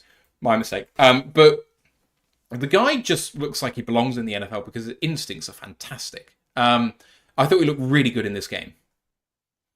Yeah. I disagreed with that take. Well, I disagreed with that take at the time because, as you know, and it's something I'm definitely going to be working on for the next draft class. When I'm watching players, I usually do watch with a Lions focus on my lens on me. So Arnold being a better man corner than zone, Lassiter for me was always going to be a better zone corner. So for him to land in the cover 3 system that the Texans run, because yes, as you trace it back to Mika Ryans, blah, blah, blah, you go back to the cover 3 systems. He has looked really good. And yeah, that take, again, I just feel like the lad take, kind of him now ground running and, you know, probably going to be a top 5 offensive rookie of the year vote. But he's not going to win it because we'll come on to the guy who I think has now run away with the award after his performance this week. Lassiter. There's going to be one guy who gets Offensive Rookie of the Year, and then there's going to be one guy who deserves Offensive Rookie of the Year who won't get it, and everyone's going to be very disappointed. But anyway, we'll see who you think is going to get it, but I think it's a shoo-in. I think everyone will know the person that thinks going to win it because it's also the game where, as you know, because I said it on Discord, I'm going to be tooting my own horn because I called a play exactly right. Yep. But with Lassiter, yeah, like he also played pretty well. Was he active against us or was he missing? Because that might have been one of the reasons we won, in my opinion. Lassiter was active against Detroit. He had a 66.3 grade. He allowed 1 reception on 3 targets for 13 yards. So he had a good day. There we go. Yeah, he had a really good day. Yeah, well, there we go. So yeah, Lassiter, an opposite Stingley as well. Just having that kind of duo to like that really probably does help him. Obviously, and then Petrie in as the slot hybrid. Yeah, well. Not in this game, unfortunately. No. But I mean, through the season, that's going to help. Yeah. Having him, play the robber role with, So yeah, like you deserve a round of applause. You got that right. You got that right. The scheme, obviously, they've both fell in the right places for them, with Arnold falling in our man coverage heavy scheme, Leicester falling into the cover three system that actually I think he will know really well, because I think that's what Georgia runs as well. They've both landed in the right places, and yeah, it's going to be a fun little matchup maybe to watch throughout the years to see who has the better overall career. But yes, we probably do have to give it that Lassiter's had the better rookie season. As much as it pains me to brag on one of our players. I love it, but well, I don't love it because I want TA to be really good now we've got him, but I love being right, and that's nice. What else have we got? Next game up on here, the other Saturday game, is the Steelers at the Ravens, and despite Anthony's love for Pittsburgh, he did pick the Ravens, and somehow he consistently is right about this team. Lamar only threw the ball 23 times and only completed 15 of them for 207 and 3 touchdowns. This was Derrick Henry's game. 24 carries for 162 yards and almost 7 yards a carry. And I mean, that's unbelievable. And then there were some really big plays in here with the arm for Lamar. I mean, the catch by Mark Andrews was absolutely brilliant. And Pittsburgh stayed relevant for a bit. It was 17-10 at the half. Russell Wilson, 22 of 33 for 217, 2 touchdowns and a pick. Didn't really get a massive amount going on the ground despite almost 5 yards a carry. It wasn't really anything which was keeping the offense ticking over. And Calvin Austin is a dude for that team, especially with George Pickens not playing, but they just don't have the horses on offense. I mean, Mike Williams is a nothing burger at this point.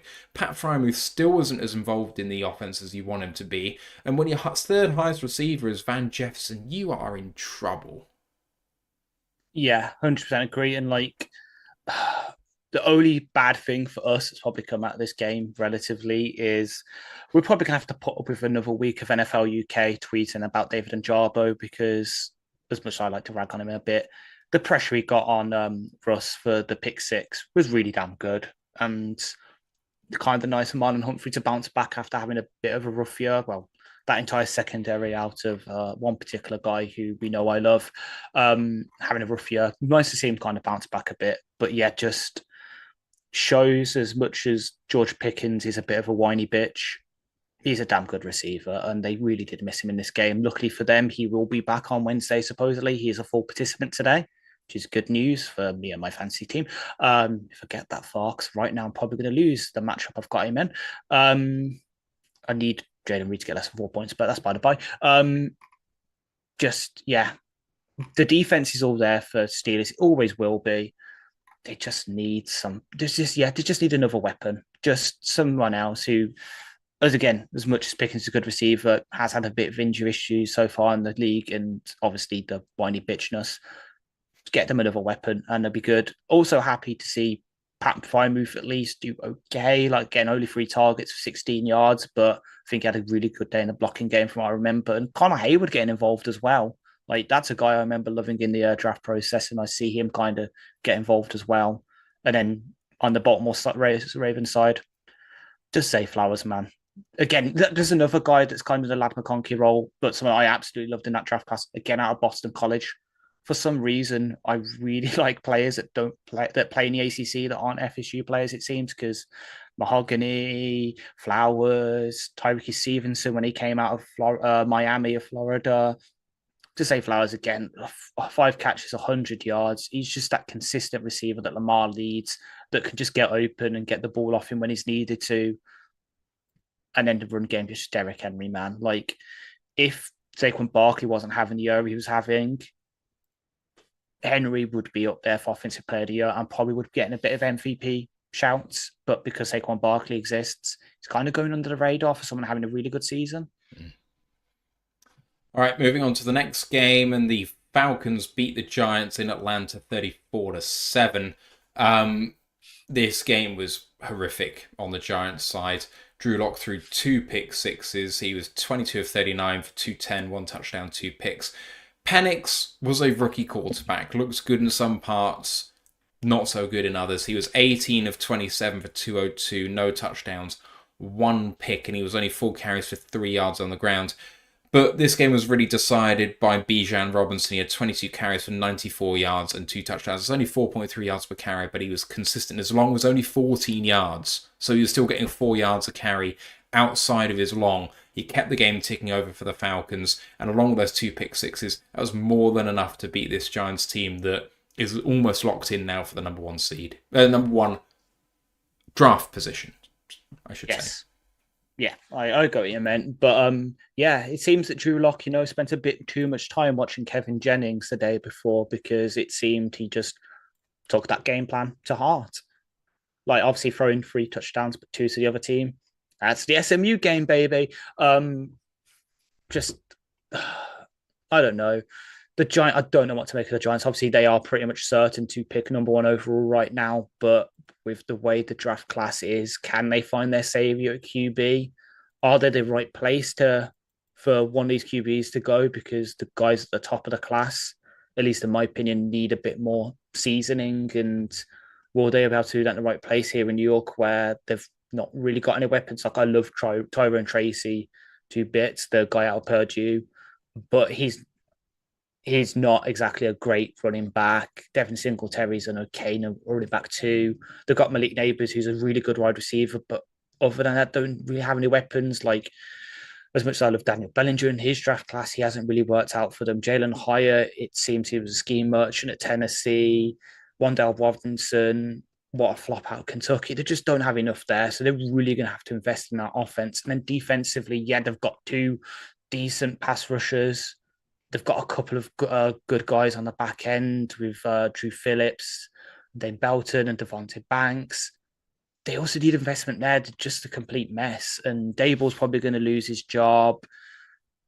I just don't know with them. And for the Falcons, yeah, they won, but 2 pick sixes really helps. Bijan did enough. Penix looked okay enough in his debut properly, obviously through the pick. Darnell Mooney looks like a really good signing for them. Obviously, the former Bear, who used to piss me off every fucking time we played him because he's that good.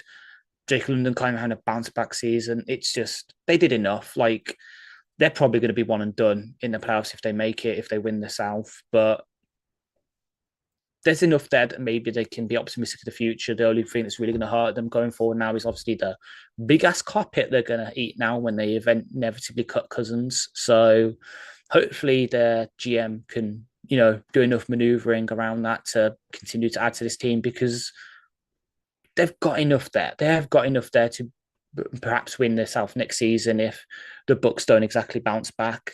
Because as much as I love the Panthers, they probably need another year to get things properly right. And, the Saints are the Saints. They're going to collapse at some point. It's got to be sometime soon, right?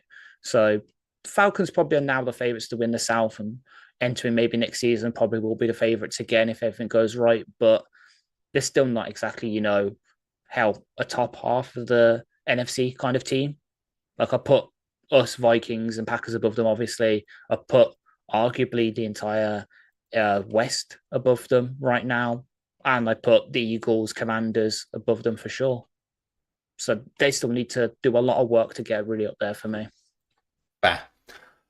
All right, moving on to the next one. Browns at Bengals. Bengals stifle the Browns 24-6. It was 17-0 at the half. Burrow with an amazing game, 23 of 30 for 252, 3 touchdowns, no picks, and they were efficient on the ground too. Chase Brown 18 for 91. Dorian Thompson-Robinson started the whole game for the Browns, and he was not good again. 20 of 34 for 157, no touchdowns, 2 picks. Jerome Ford scored the only touchdown for Cleveland. He was 11 for 92 and a touchdown on the ground. Dorian Thompson-Robinson had 9 carries for 49 yards on the ground. So they were over 6 yards to carry the Browns, but just couldn't stop getting in their own way. The highlight of this game, I think, for me, was the Joe Burrow passing touchdown, where he's literally in the Superman pose, about an inch off the ground. I have no idea how he managed to do it, but Ash, super impressive play from my MVP this season. As much as I love the Bengals, I've got to bite back on that, because for me, there's been at least 3 QBs that are better than him. That's one thing I've hated about this Bengals. Also, the Bengals are arguably my AFC team. Like, I know it's kind of bad to have that kind of thing, but I just do love the Bengals. It also helps that one of my best friends has a massive crush on Joe Burrow, so I usually have to watch games with her if she's free and we're not playing. And obviously, I love to Chase Brown in the draft class as well out of Illinois, so that really helps. And I loved off Shavas. Actually, the Bengals have got a lot of players I liked, actually. So it's just kind of fun to watch them. But yeah, that's one thing I hated about this week for them is that now suddenly there's certain places on Twitter, for instance, that are now putting Burrow at the top of their MVP votes.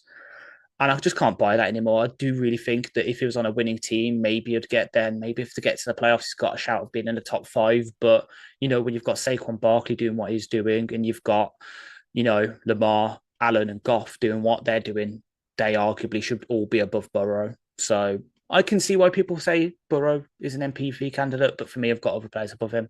MPV? But yeah, that's a multi-person vehicle. I love it. I've been reading too many military books, I think. But to get back to the actual eulogizing of the team, Chase Brown just continued to show why I loved him. Like that, I think it was a 22-yard when I watched in particular. It's just really good from him showing the speed. Jamar Chase showing why. I know obviously there's a debate between him and Saul. He was a pretty good pick for them. 16 receiving touchdowns on the season now is really good. Nearly broke 100 yards. T. Higgins, again, catching a touchdown. Ashras catching a touchdown, really replacing their former slot with Tyler Boyd, who obviously went to Tennessee with their OC. Him showing why, again, Ant was really early on him out of Princeton and why we kind of liked him in the draft class. Gesicki doing just enough. I know obviously he hasn't really bounced back to his early career hype with the Finns, but just being a reliable receiving tight end for Burrow's sort of safety valve, doing enough.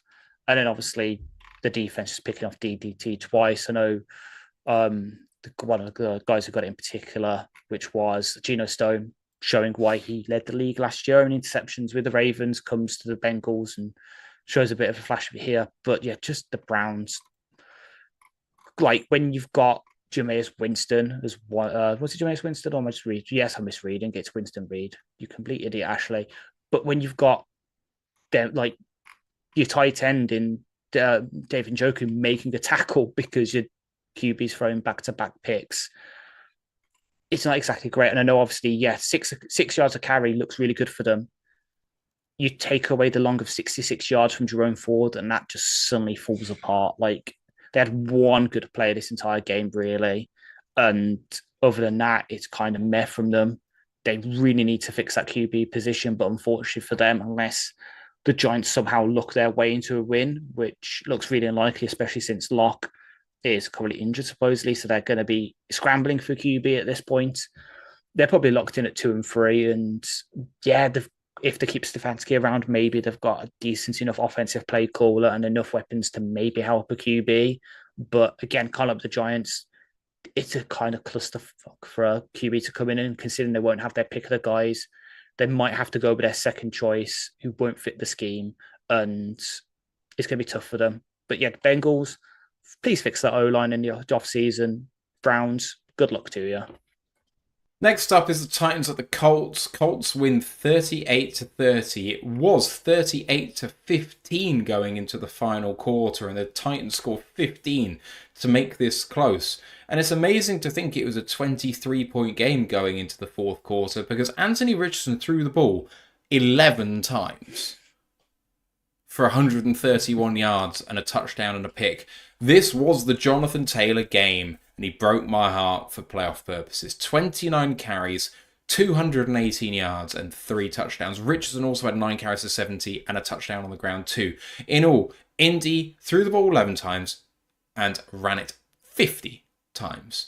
Mason Rudolph had himself a Mason Rudolph kind of day. 23 of 34, 252, 2 touchdowns, 3 picks to really allow the Colts to keep their playoff hopes, slim playoff hopes, alive. For the picks, Kenny Moore got 2, Samuel Womack got 1, the one for Tennessee, Amani Hooker. Couple of touchdowns for Ty J. Spears, 10 of 27 for 2 touchdowns, so not exactly high yards per attempt, but he did get some key touchdowns in there for Tennessee.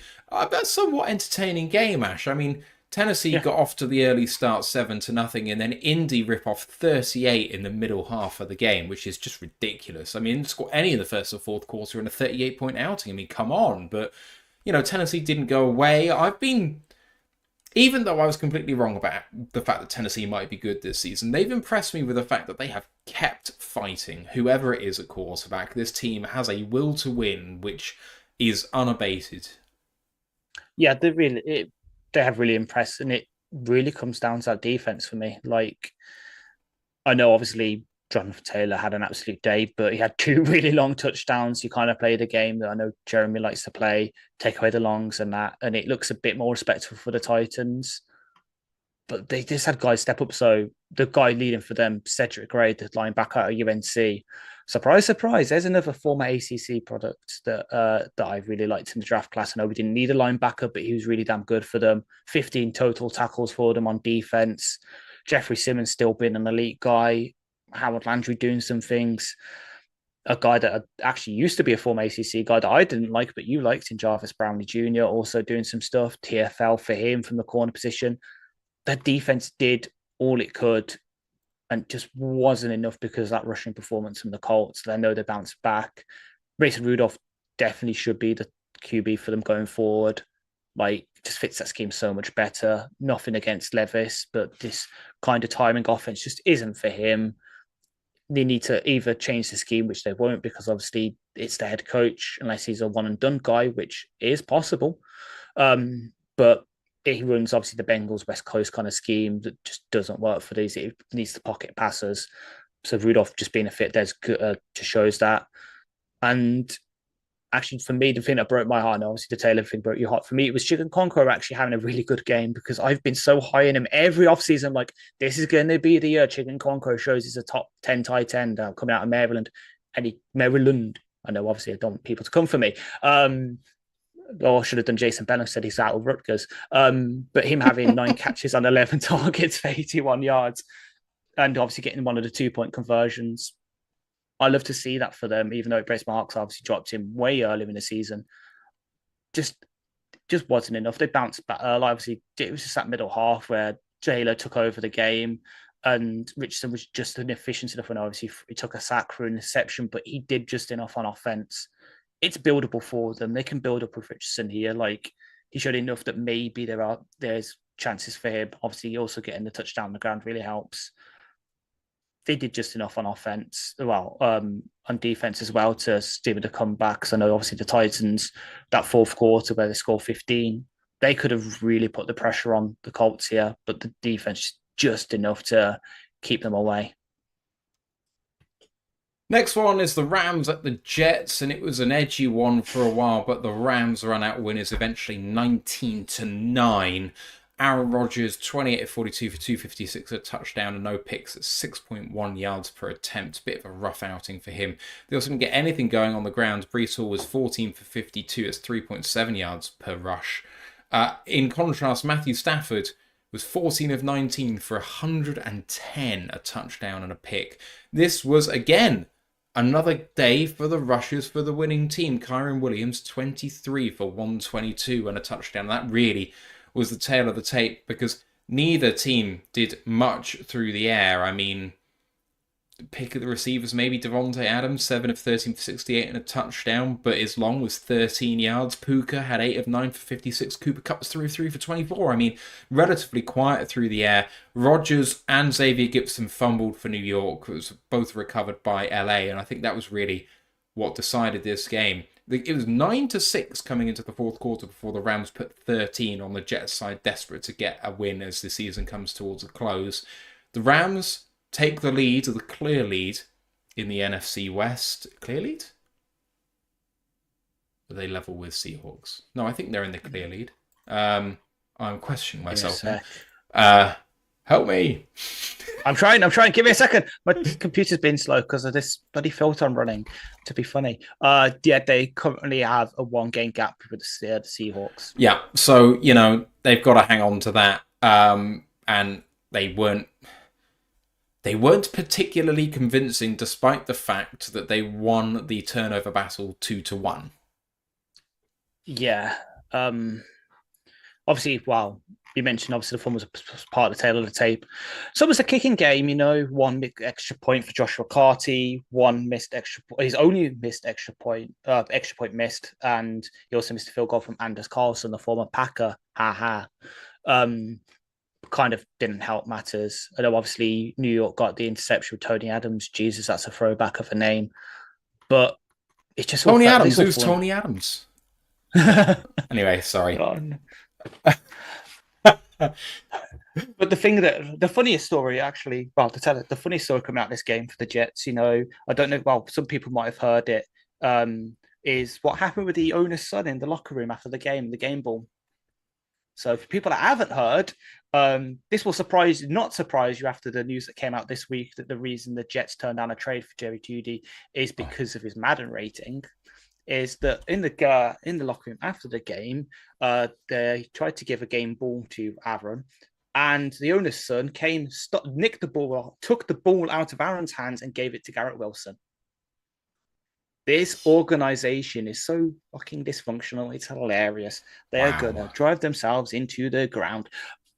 As for the Rams, Kyron Williams continues to be good. Stafford just enough.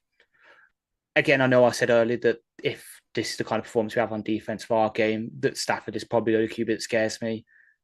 This game shows that even then, the Rams are endlessly beatable. No, we don't have Hutch, we don't have Aleem. They are still beatable. All right.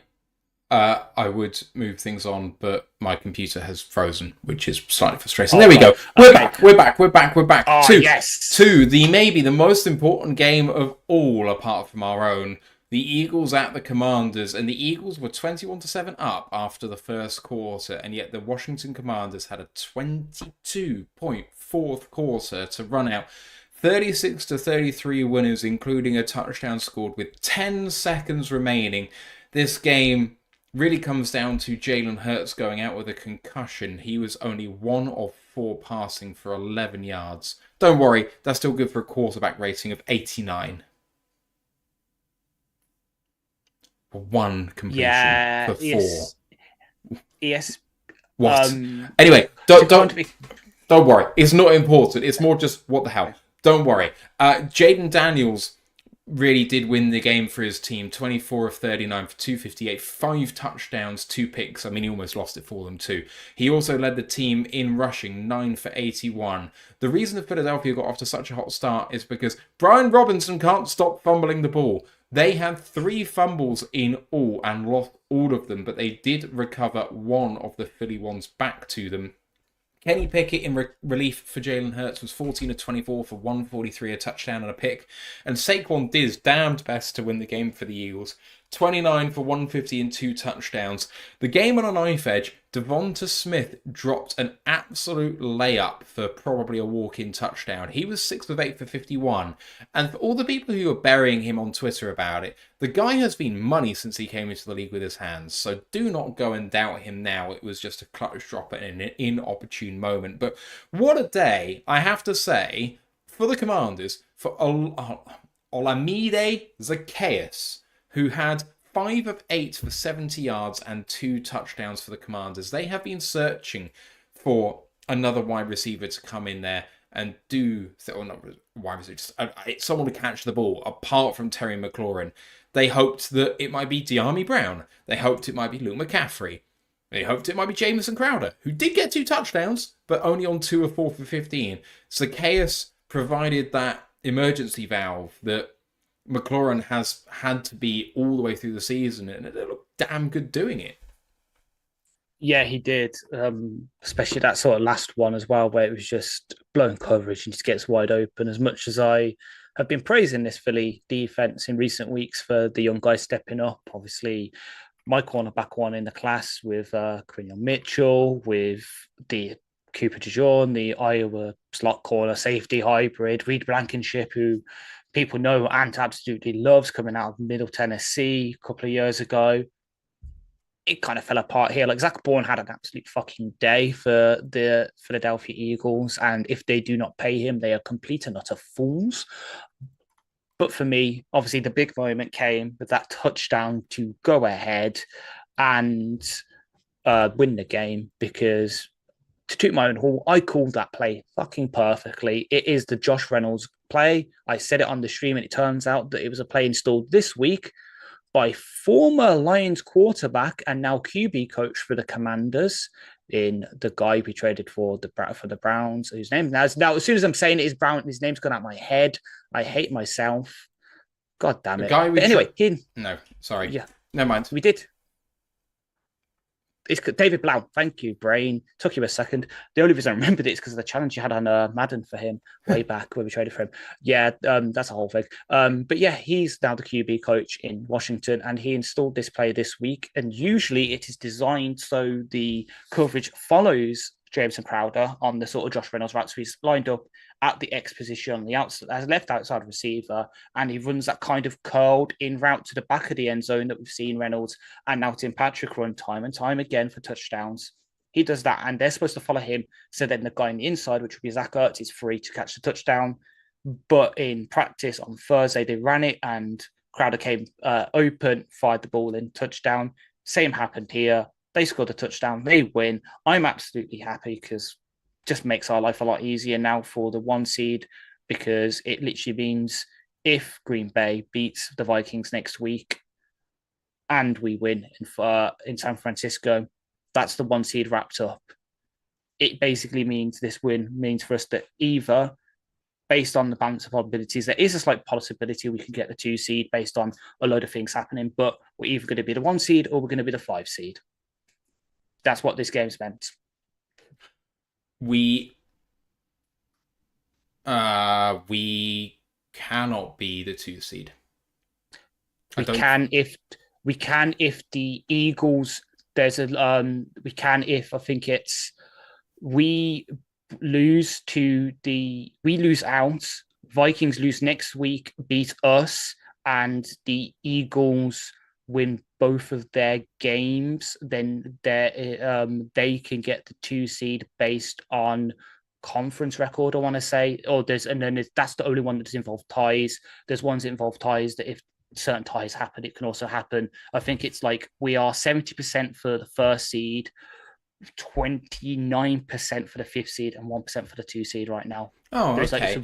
Right. So for me, I thought it was that if we lost out and the Vikings lost next week, that we would still clinch the division because we'd be tied on head-to-head because we beat them earlier in the season. Yeah. So we can still clinch the division, but that would still make us a 2 seed because then the Eagles would be above us on conference record. I see. Right. Okay, that makes sense. So there was a 5% chance of Philly winning the 1 seed, but I guess that also includes the possibility that the Vikings win out and instead they... Yes. Okay, that makes sense. Cool. I stand corrected. Yeah. Let's move on to the next game.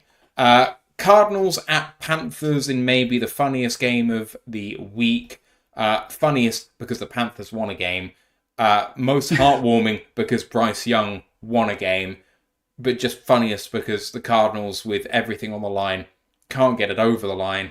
Kyler wasn't the reason they lost, but wasn't great. 20 of 32 for 202, a touchdown and a pick. James Conner did his best, 15 for 117 and a touchdown. Kyler got 8 for 63 and a touchdown on the ground. James Conner led the team in receiving yards with 49. It's not a great state of affairs. I mean, Bryce Young got 17 of 26 for 158 and 2 touchdowns with no picks. Chuba Hubbard, 25 for 152 and 2 touchdowns on the ground. And then Bryce, 5 for 68 and a touchdown rushing, including a 34-yarder. And Ash, did you see him truck a linebacker? Hell yeah, yes. That was an amazing play. I'm here for it. Loved it. I mean, the Panthers were up 20-17 at the half. They went to overtime and Cardinals kind of shot themselves in the foot, really. And they went for a 4th down deep in their own territory in overtime, which basically put the game on the line.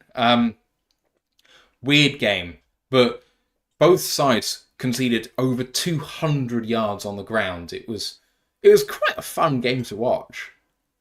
Yeah, and I know you said obviously Kyler wasn't the reason they lost. I think the reason that Arizona lost is because James Conner got hurt and had to leave the game.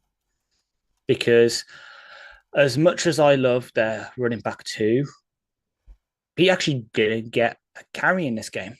Nope. He's there. Now he's their RB3 because the former New York Jet, Michael Carter, is now their running back 2, it seems.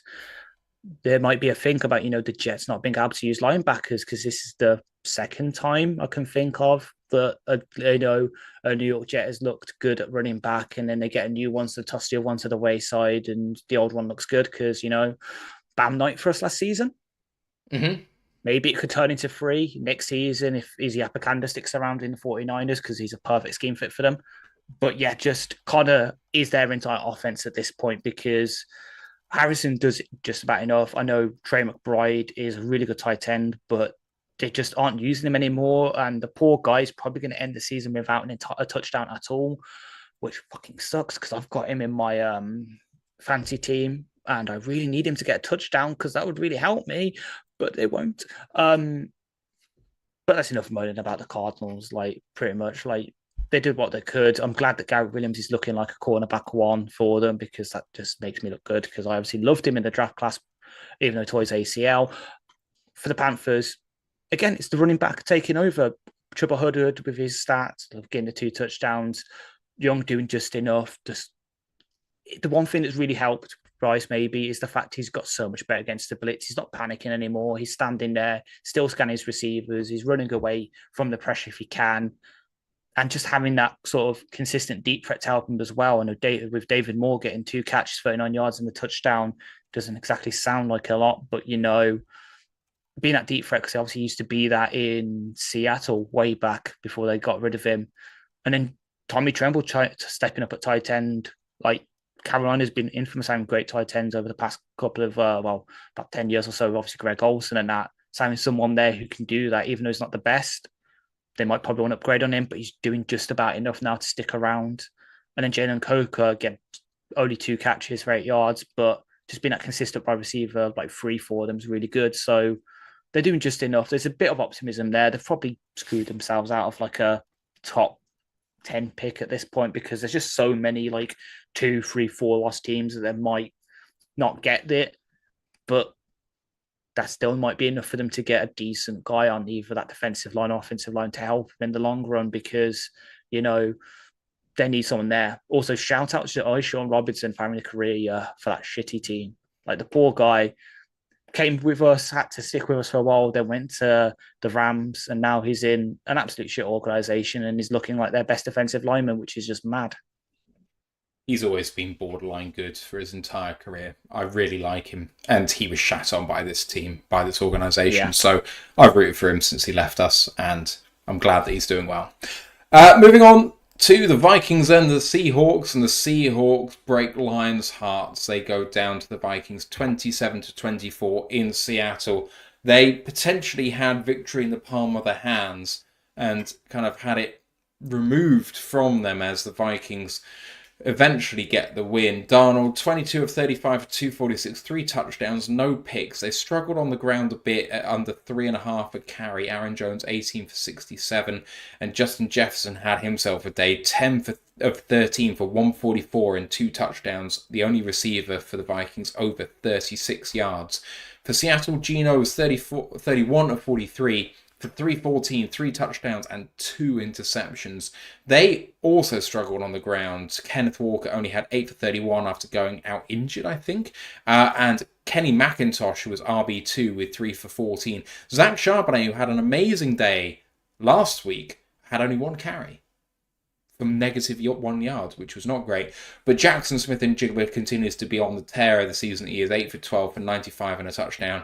And DK Metcalf came to the party, 3 of 7 for 57 and a touchdown. But Seattle, it was back and forth. It was clutch either way, and the Vikings do just about enough, Ash, to stick in this. Geno, with some brain-dead interceptions, kind of killed them off in the end. Yeah. If I didn't hate Camp Rock enough, the Vikings made me hate it even fucking more with that celebration after that interception. Like, I'm always a High School Musical kid at heart. You've just made it 100 times more Vikings. So fuck you. Just like we had, as you said, we had victory in the palm of our hands, to quote Doc Ock. We were this close to greatness, to quote Rogue One. Geno had to go and throw it away. We were this close. We was this close. And just, I don't know, is Seattle like, JSN's still great, just absolute beast. Jake Bobo, the Lions preseason star, still getting his one catch a game for 6 yards. Love to see that as well. But it's just that run. I don't know what's happened to their run game. As you say, Jarbonnet looks good, only gets one carry. Walker and McIntosh just get bottled up for the most part. Just they need a consistent run game because otherwise teams will just be able to just tee off against the pass, and that's not good because you need to have that balance, and they just don't have that right now. And then offense, and then just for the Vikings, just like they do just enough, don't they? Jefferson just doing him things, nearly 150 yards, 2 touchdowns. Jordan Addison also getting one, even though, again, should be in jail for the DUI, but hey-ho. And Hopkinson slowly making his way back. I think there was like a really good catch he made on the sideline. It's just like, didn't need to do that. Like, you were free, but go on, show off if you need to, mate. Like, seen enough of you do that when you were with us. The Vikings don't scare me, but they're still there. They're still going to be there. And it probably will come down to us versus them in week 18 for the division and potentially that first seed, which just scares the shit out of me. We'll move on to Patriots and Bills. Patriots got out to an early lead and were 14-0 up, but the Bills did bring it back eventually, 24-21 winners in a really weird game. Josh Allen only had 154 yards passing with a touchdown and a pick, and the team didn't have a receiver with more than 26 yards. That was James Cook, who was 3 of 3 for 26 and a touchdown in the air. He also led the team in rushing with 11 for 100 yards and a touchdown on the ground, including a 46-yarder. And that was maybe the difference in the game, because Drake May had a good day, 22 of 36 for 261, 2 touchdowns and a pick. Ramondre Stevenson had a good day on the ground with 12 for 60 and a touchdown. Unfortunately for them, they gave Antonio Gibson plenty of run, 10 carries, and he only had 28 yards, which really hampered their ability to get forward. The Patriots fumbled the ball 4 times and lost it twice. And really, when you're in a gritty game against a team as good as the Bills, with Allen not firing and Cook not having an okay day apart from that 46-yard run, but apart from that, they could have had this game in the bag, but they kind of threw it away a little bit, and Buffalo did just enough. I mean, the Bills did their best impression, Ash, of the Kansas City Chiefs this season. Yeah, they really did. Like, I know obviously say the Cook touchdown's probably the turning point. It was them just sniffing out the screen pass. Like, why are you doing a screen pass that close to your own end zone, you dumb fucks? Yes, true that. Yeah, you're really not helping Drake here. Like, we know I'm a massive Drake May stan. He was my QB1 this past draft class. Yet again, showing the ACC bias for me. He's got enough there to be their franchise guy. They just need to put a consistent play call around him and, consistent weapons, because, you look at the guys that's catching passes for him. Austin Hooper, Hunter Henry, Demario Douglas, Kendrick Bourne. Their leading receiver is Kayshon Boutte, for God's sake. Like, what is going on? Just get him some consistent weapons to throw to, because Stevenson does enough on the ground. Gibson's a decent enough running back too. Like, kind of glad. Well, actually, no, yeah, he did fumble and then recover his own fumble. So back to Antonio Gibson ways, I guess. But, like, who the hell is Del Pettis getting a 2-yard rush? Like, what? What is this? But obviously, say for the Bills, they do just enough to win the game. Like Cook, I hate that he chose this week to kind of get that, because I was facing him in one of my fantasy playoffs. He might have actually won the game for my opponent there with that performance. Like, this is the one where I need Jaden Reed to get 4 points today, which I really doubt. Because it sucks, because it's the one I'm against my flag football team, and it's the QB who won the Richard Cranium of the Year award. Put that together if you can work out what that means. Khalil Shakir dooming other people's fantasy teams as well. Like, of all the days to have a bad performance, you choose this week. Poor Peel, I'm glad I don't have him in a way. Keon did enough as well. 1 catch and 2 targets for 17 yards. They spread the ball around, which I'm there for, but would have been nice just to have that one consistent guy to go to. But I guess with the ground game doing just enough and the Patriots shooting themselves in the foot, Bills won the game, and you know what? Maybe they deserve to, because I actually really like the uniforms they were wearing. Next one up, one that broke my heart a little bit because I had a wager on it. Jags fall to the Raiders in Las Vegas 19-14. An unremarkable game, I think, really.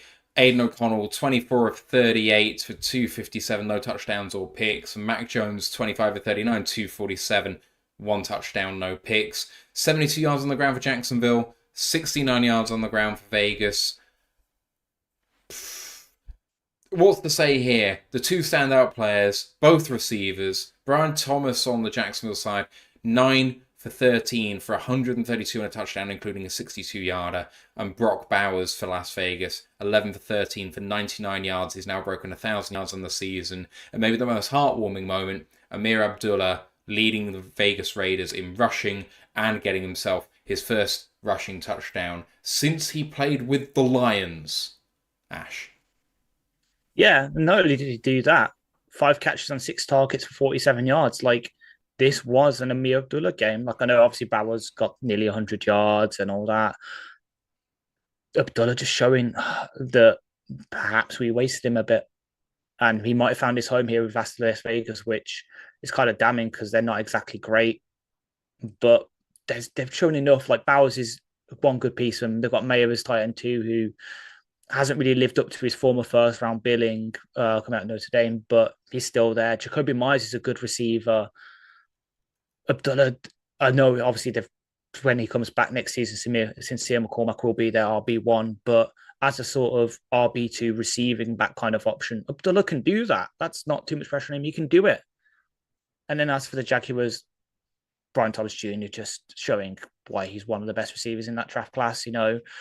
Happy would have taken him over, the guy out of Georgia who was also a first-round talent to some. And Brenton Strange maybe making an argument for taking that tight end role over Evan Ingram, because I know Ingram's out injured, but I think he's in a contract year, so I'd keep Strange around, to be honest, because he offers about the same in the receiving game and he's a better blocker because, he's actually built to be a tight end.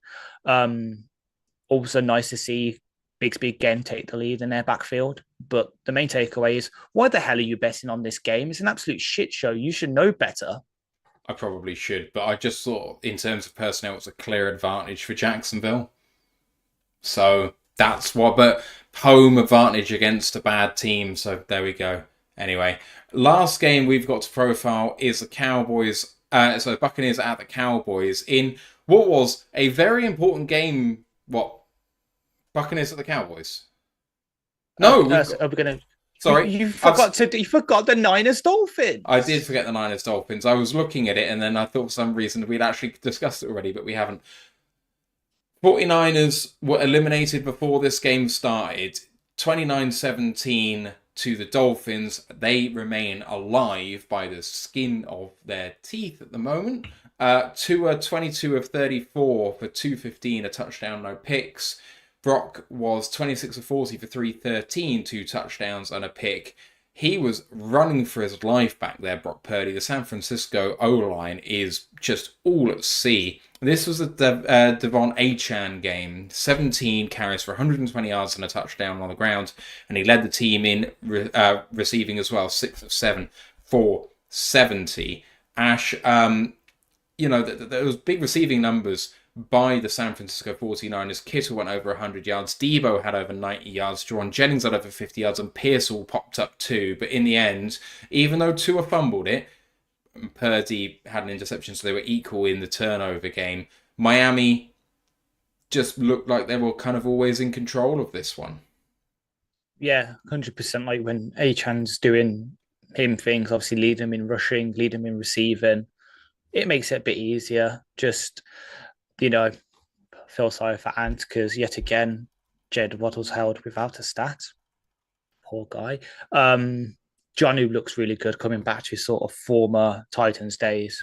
Love to see that. He's one of my favourite sort of underrated tight ends. But the main takeaway is Kyle Shanahan taking a leaf out Thomas Brown's book because, when you take away the QB scrambles, your leading rusher is a wide receiver in Deebo Samuel. Are they doing the Bears playbook here at this point?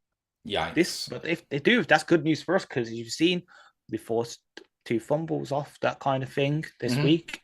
So very nice to see. Just the only scary thing for me is that sort of explosion in the receiving game of Kittle finally bouncing back and having a really good day. Debo finally having a good day.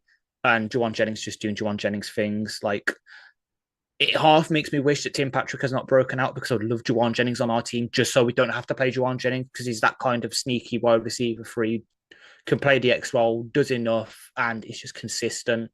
And Pearsall, probably to the love of Rye, is looking really good. They've got weapons there, and obviously we'll probably break it down a bit more in a couple of days' time in the preview. But with Arnold probably having to go up against Debo, it's Kittle. It's Kittle that's going to scare me, because that linebacker position right now scares me. And if Anzoni's not back, I can really see Kittle taking over the game, especially based on what happened this week. Because yeah, he's been kind of quiet the entire season. He's done just enough, but this was an explosion for him with over 100 yards. It could be, but he could be the big weapon for them this week coming up against us. Yeah, he could, and we will preview that game later in the week.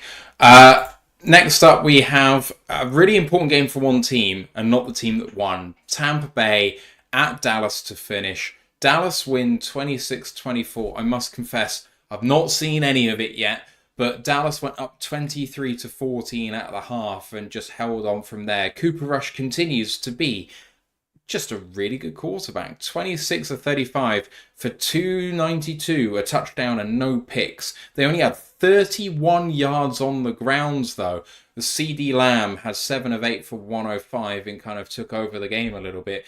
Baker threw the ball 43 times and had 303 yards, 2 touchdowns and a pick. They also had some production on the ground. Bucky Irving had 16 for 68 and a touchdown, and Baker had 3 carries for 42 yards. But they fumbled the ball 3 times, lost it once, and with the pick that they also threw, they lost the turnover battle 2-0, and that's the tail of it, really. I mean, the result has such an impact on this season, because to get that 7 seed in the NFC, you need 10 wins. The Buccaneers losing here are now second in the NFC South, which means if they want to get a wildcard spot, they have to win out and hope that the Washington Commanders don't win out, or hope that Green Bay don't get... Sorry, the Commanders don't win another game, or Green Bay don't win another game. And the the Buccaneers should do that. They're playing the Panthers and the Saints at home to finish the season. But their best route to getting there is that the Falcons don't end up winning the division. Who do the Falcons have to close the season? They're at the Commanders, which obviously is going to be very tough.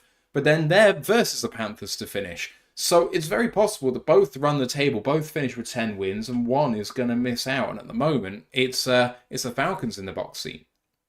Yeah, it really is. Like, it's disappointing, because I do like the Bucks, even though they've been a bit of a pain in the real ass the past couple of seasons, constantly having to face them. But I do really like them. Like, I'm hoping Mike Evans gets the yardage he needs over the next couple of games to break the 1,000 yards again. I do really like Bucky Irving as a running back. And I do kind of like Sterling Shepard. I know obviously he didn't do too much in this game, but I do really like him. And I like Payne Durham, because I profiled him in the draft class. But it's just disappointing. Like, the main difference for Dallas was their kicking situation. Like, when you've got Brandon Aubrey, it's just pretty much automatic at field goals. It really does help you this kind of game, because it was really close. Obviously, you can see, because it finished a 2-point gap. But the one thing that I was hoping was that Rico Dowdle could continue his kind of breakout, so I don't have to see Austin Deontay as a Dallas Cowboy. And what does he go and do? 1.6 yards a fucking carry, you little shit. Because now it's going to happen. It's going to happen. And because I know, obviously, I know him because Anton Wright profiled him 2 seasons ago. They previewed the Mountain West. But ever since I've been watching him, I'm like, I really like Ashton Johnson. I know we don't need a running back, but I really like him. And now I'm going to have to hate him, because he's going to be a Dallas Cowboy. I'm going to hate it, because that means we've got two of my favorite running backs have that weird stance with Gibbs and him, and I'm going to have to hate one of them. Just why? But yeah, exactly. But just fuck the Cowboys as well. Can you? The only good thing about this, in terms of Cowboys winning, is if they win out, which I don't know if they can do, but if they continue looking relatively decent, they'll keep Mike McCarthy around, which means they're destined for another season of mediocrity, which makes my life a bit easier, I guess. I mean, is there a quarterback controversy in Dallas? Cooper Rush has been so good. Oh, true. I'm not saying it seriously, but honestly, Cooper Rush is playing himself low-key into being a bridge quarterback for another team. True, yeah. And I've just looked. The Cowboys aren't winning out. they're away the Philadelphia and then they're at home versus the Commanders to finish the season. Yeah, Damn that's it! going to be tough. Right. Anything else you want to get off your chest before we get out of here?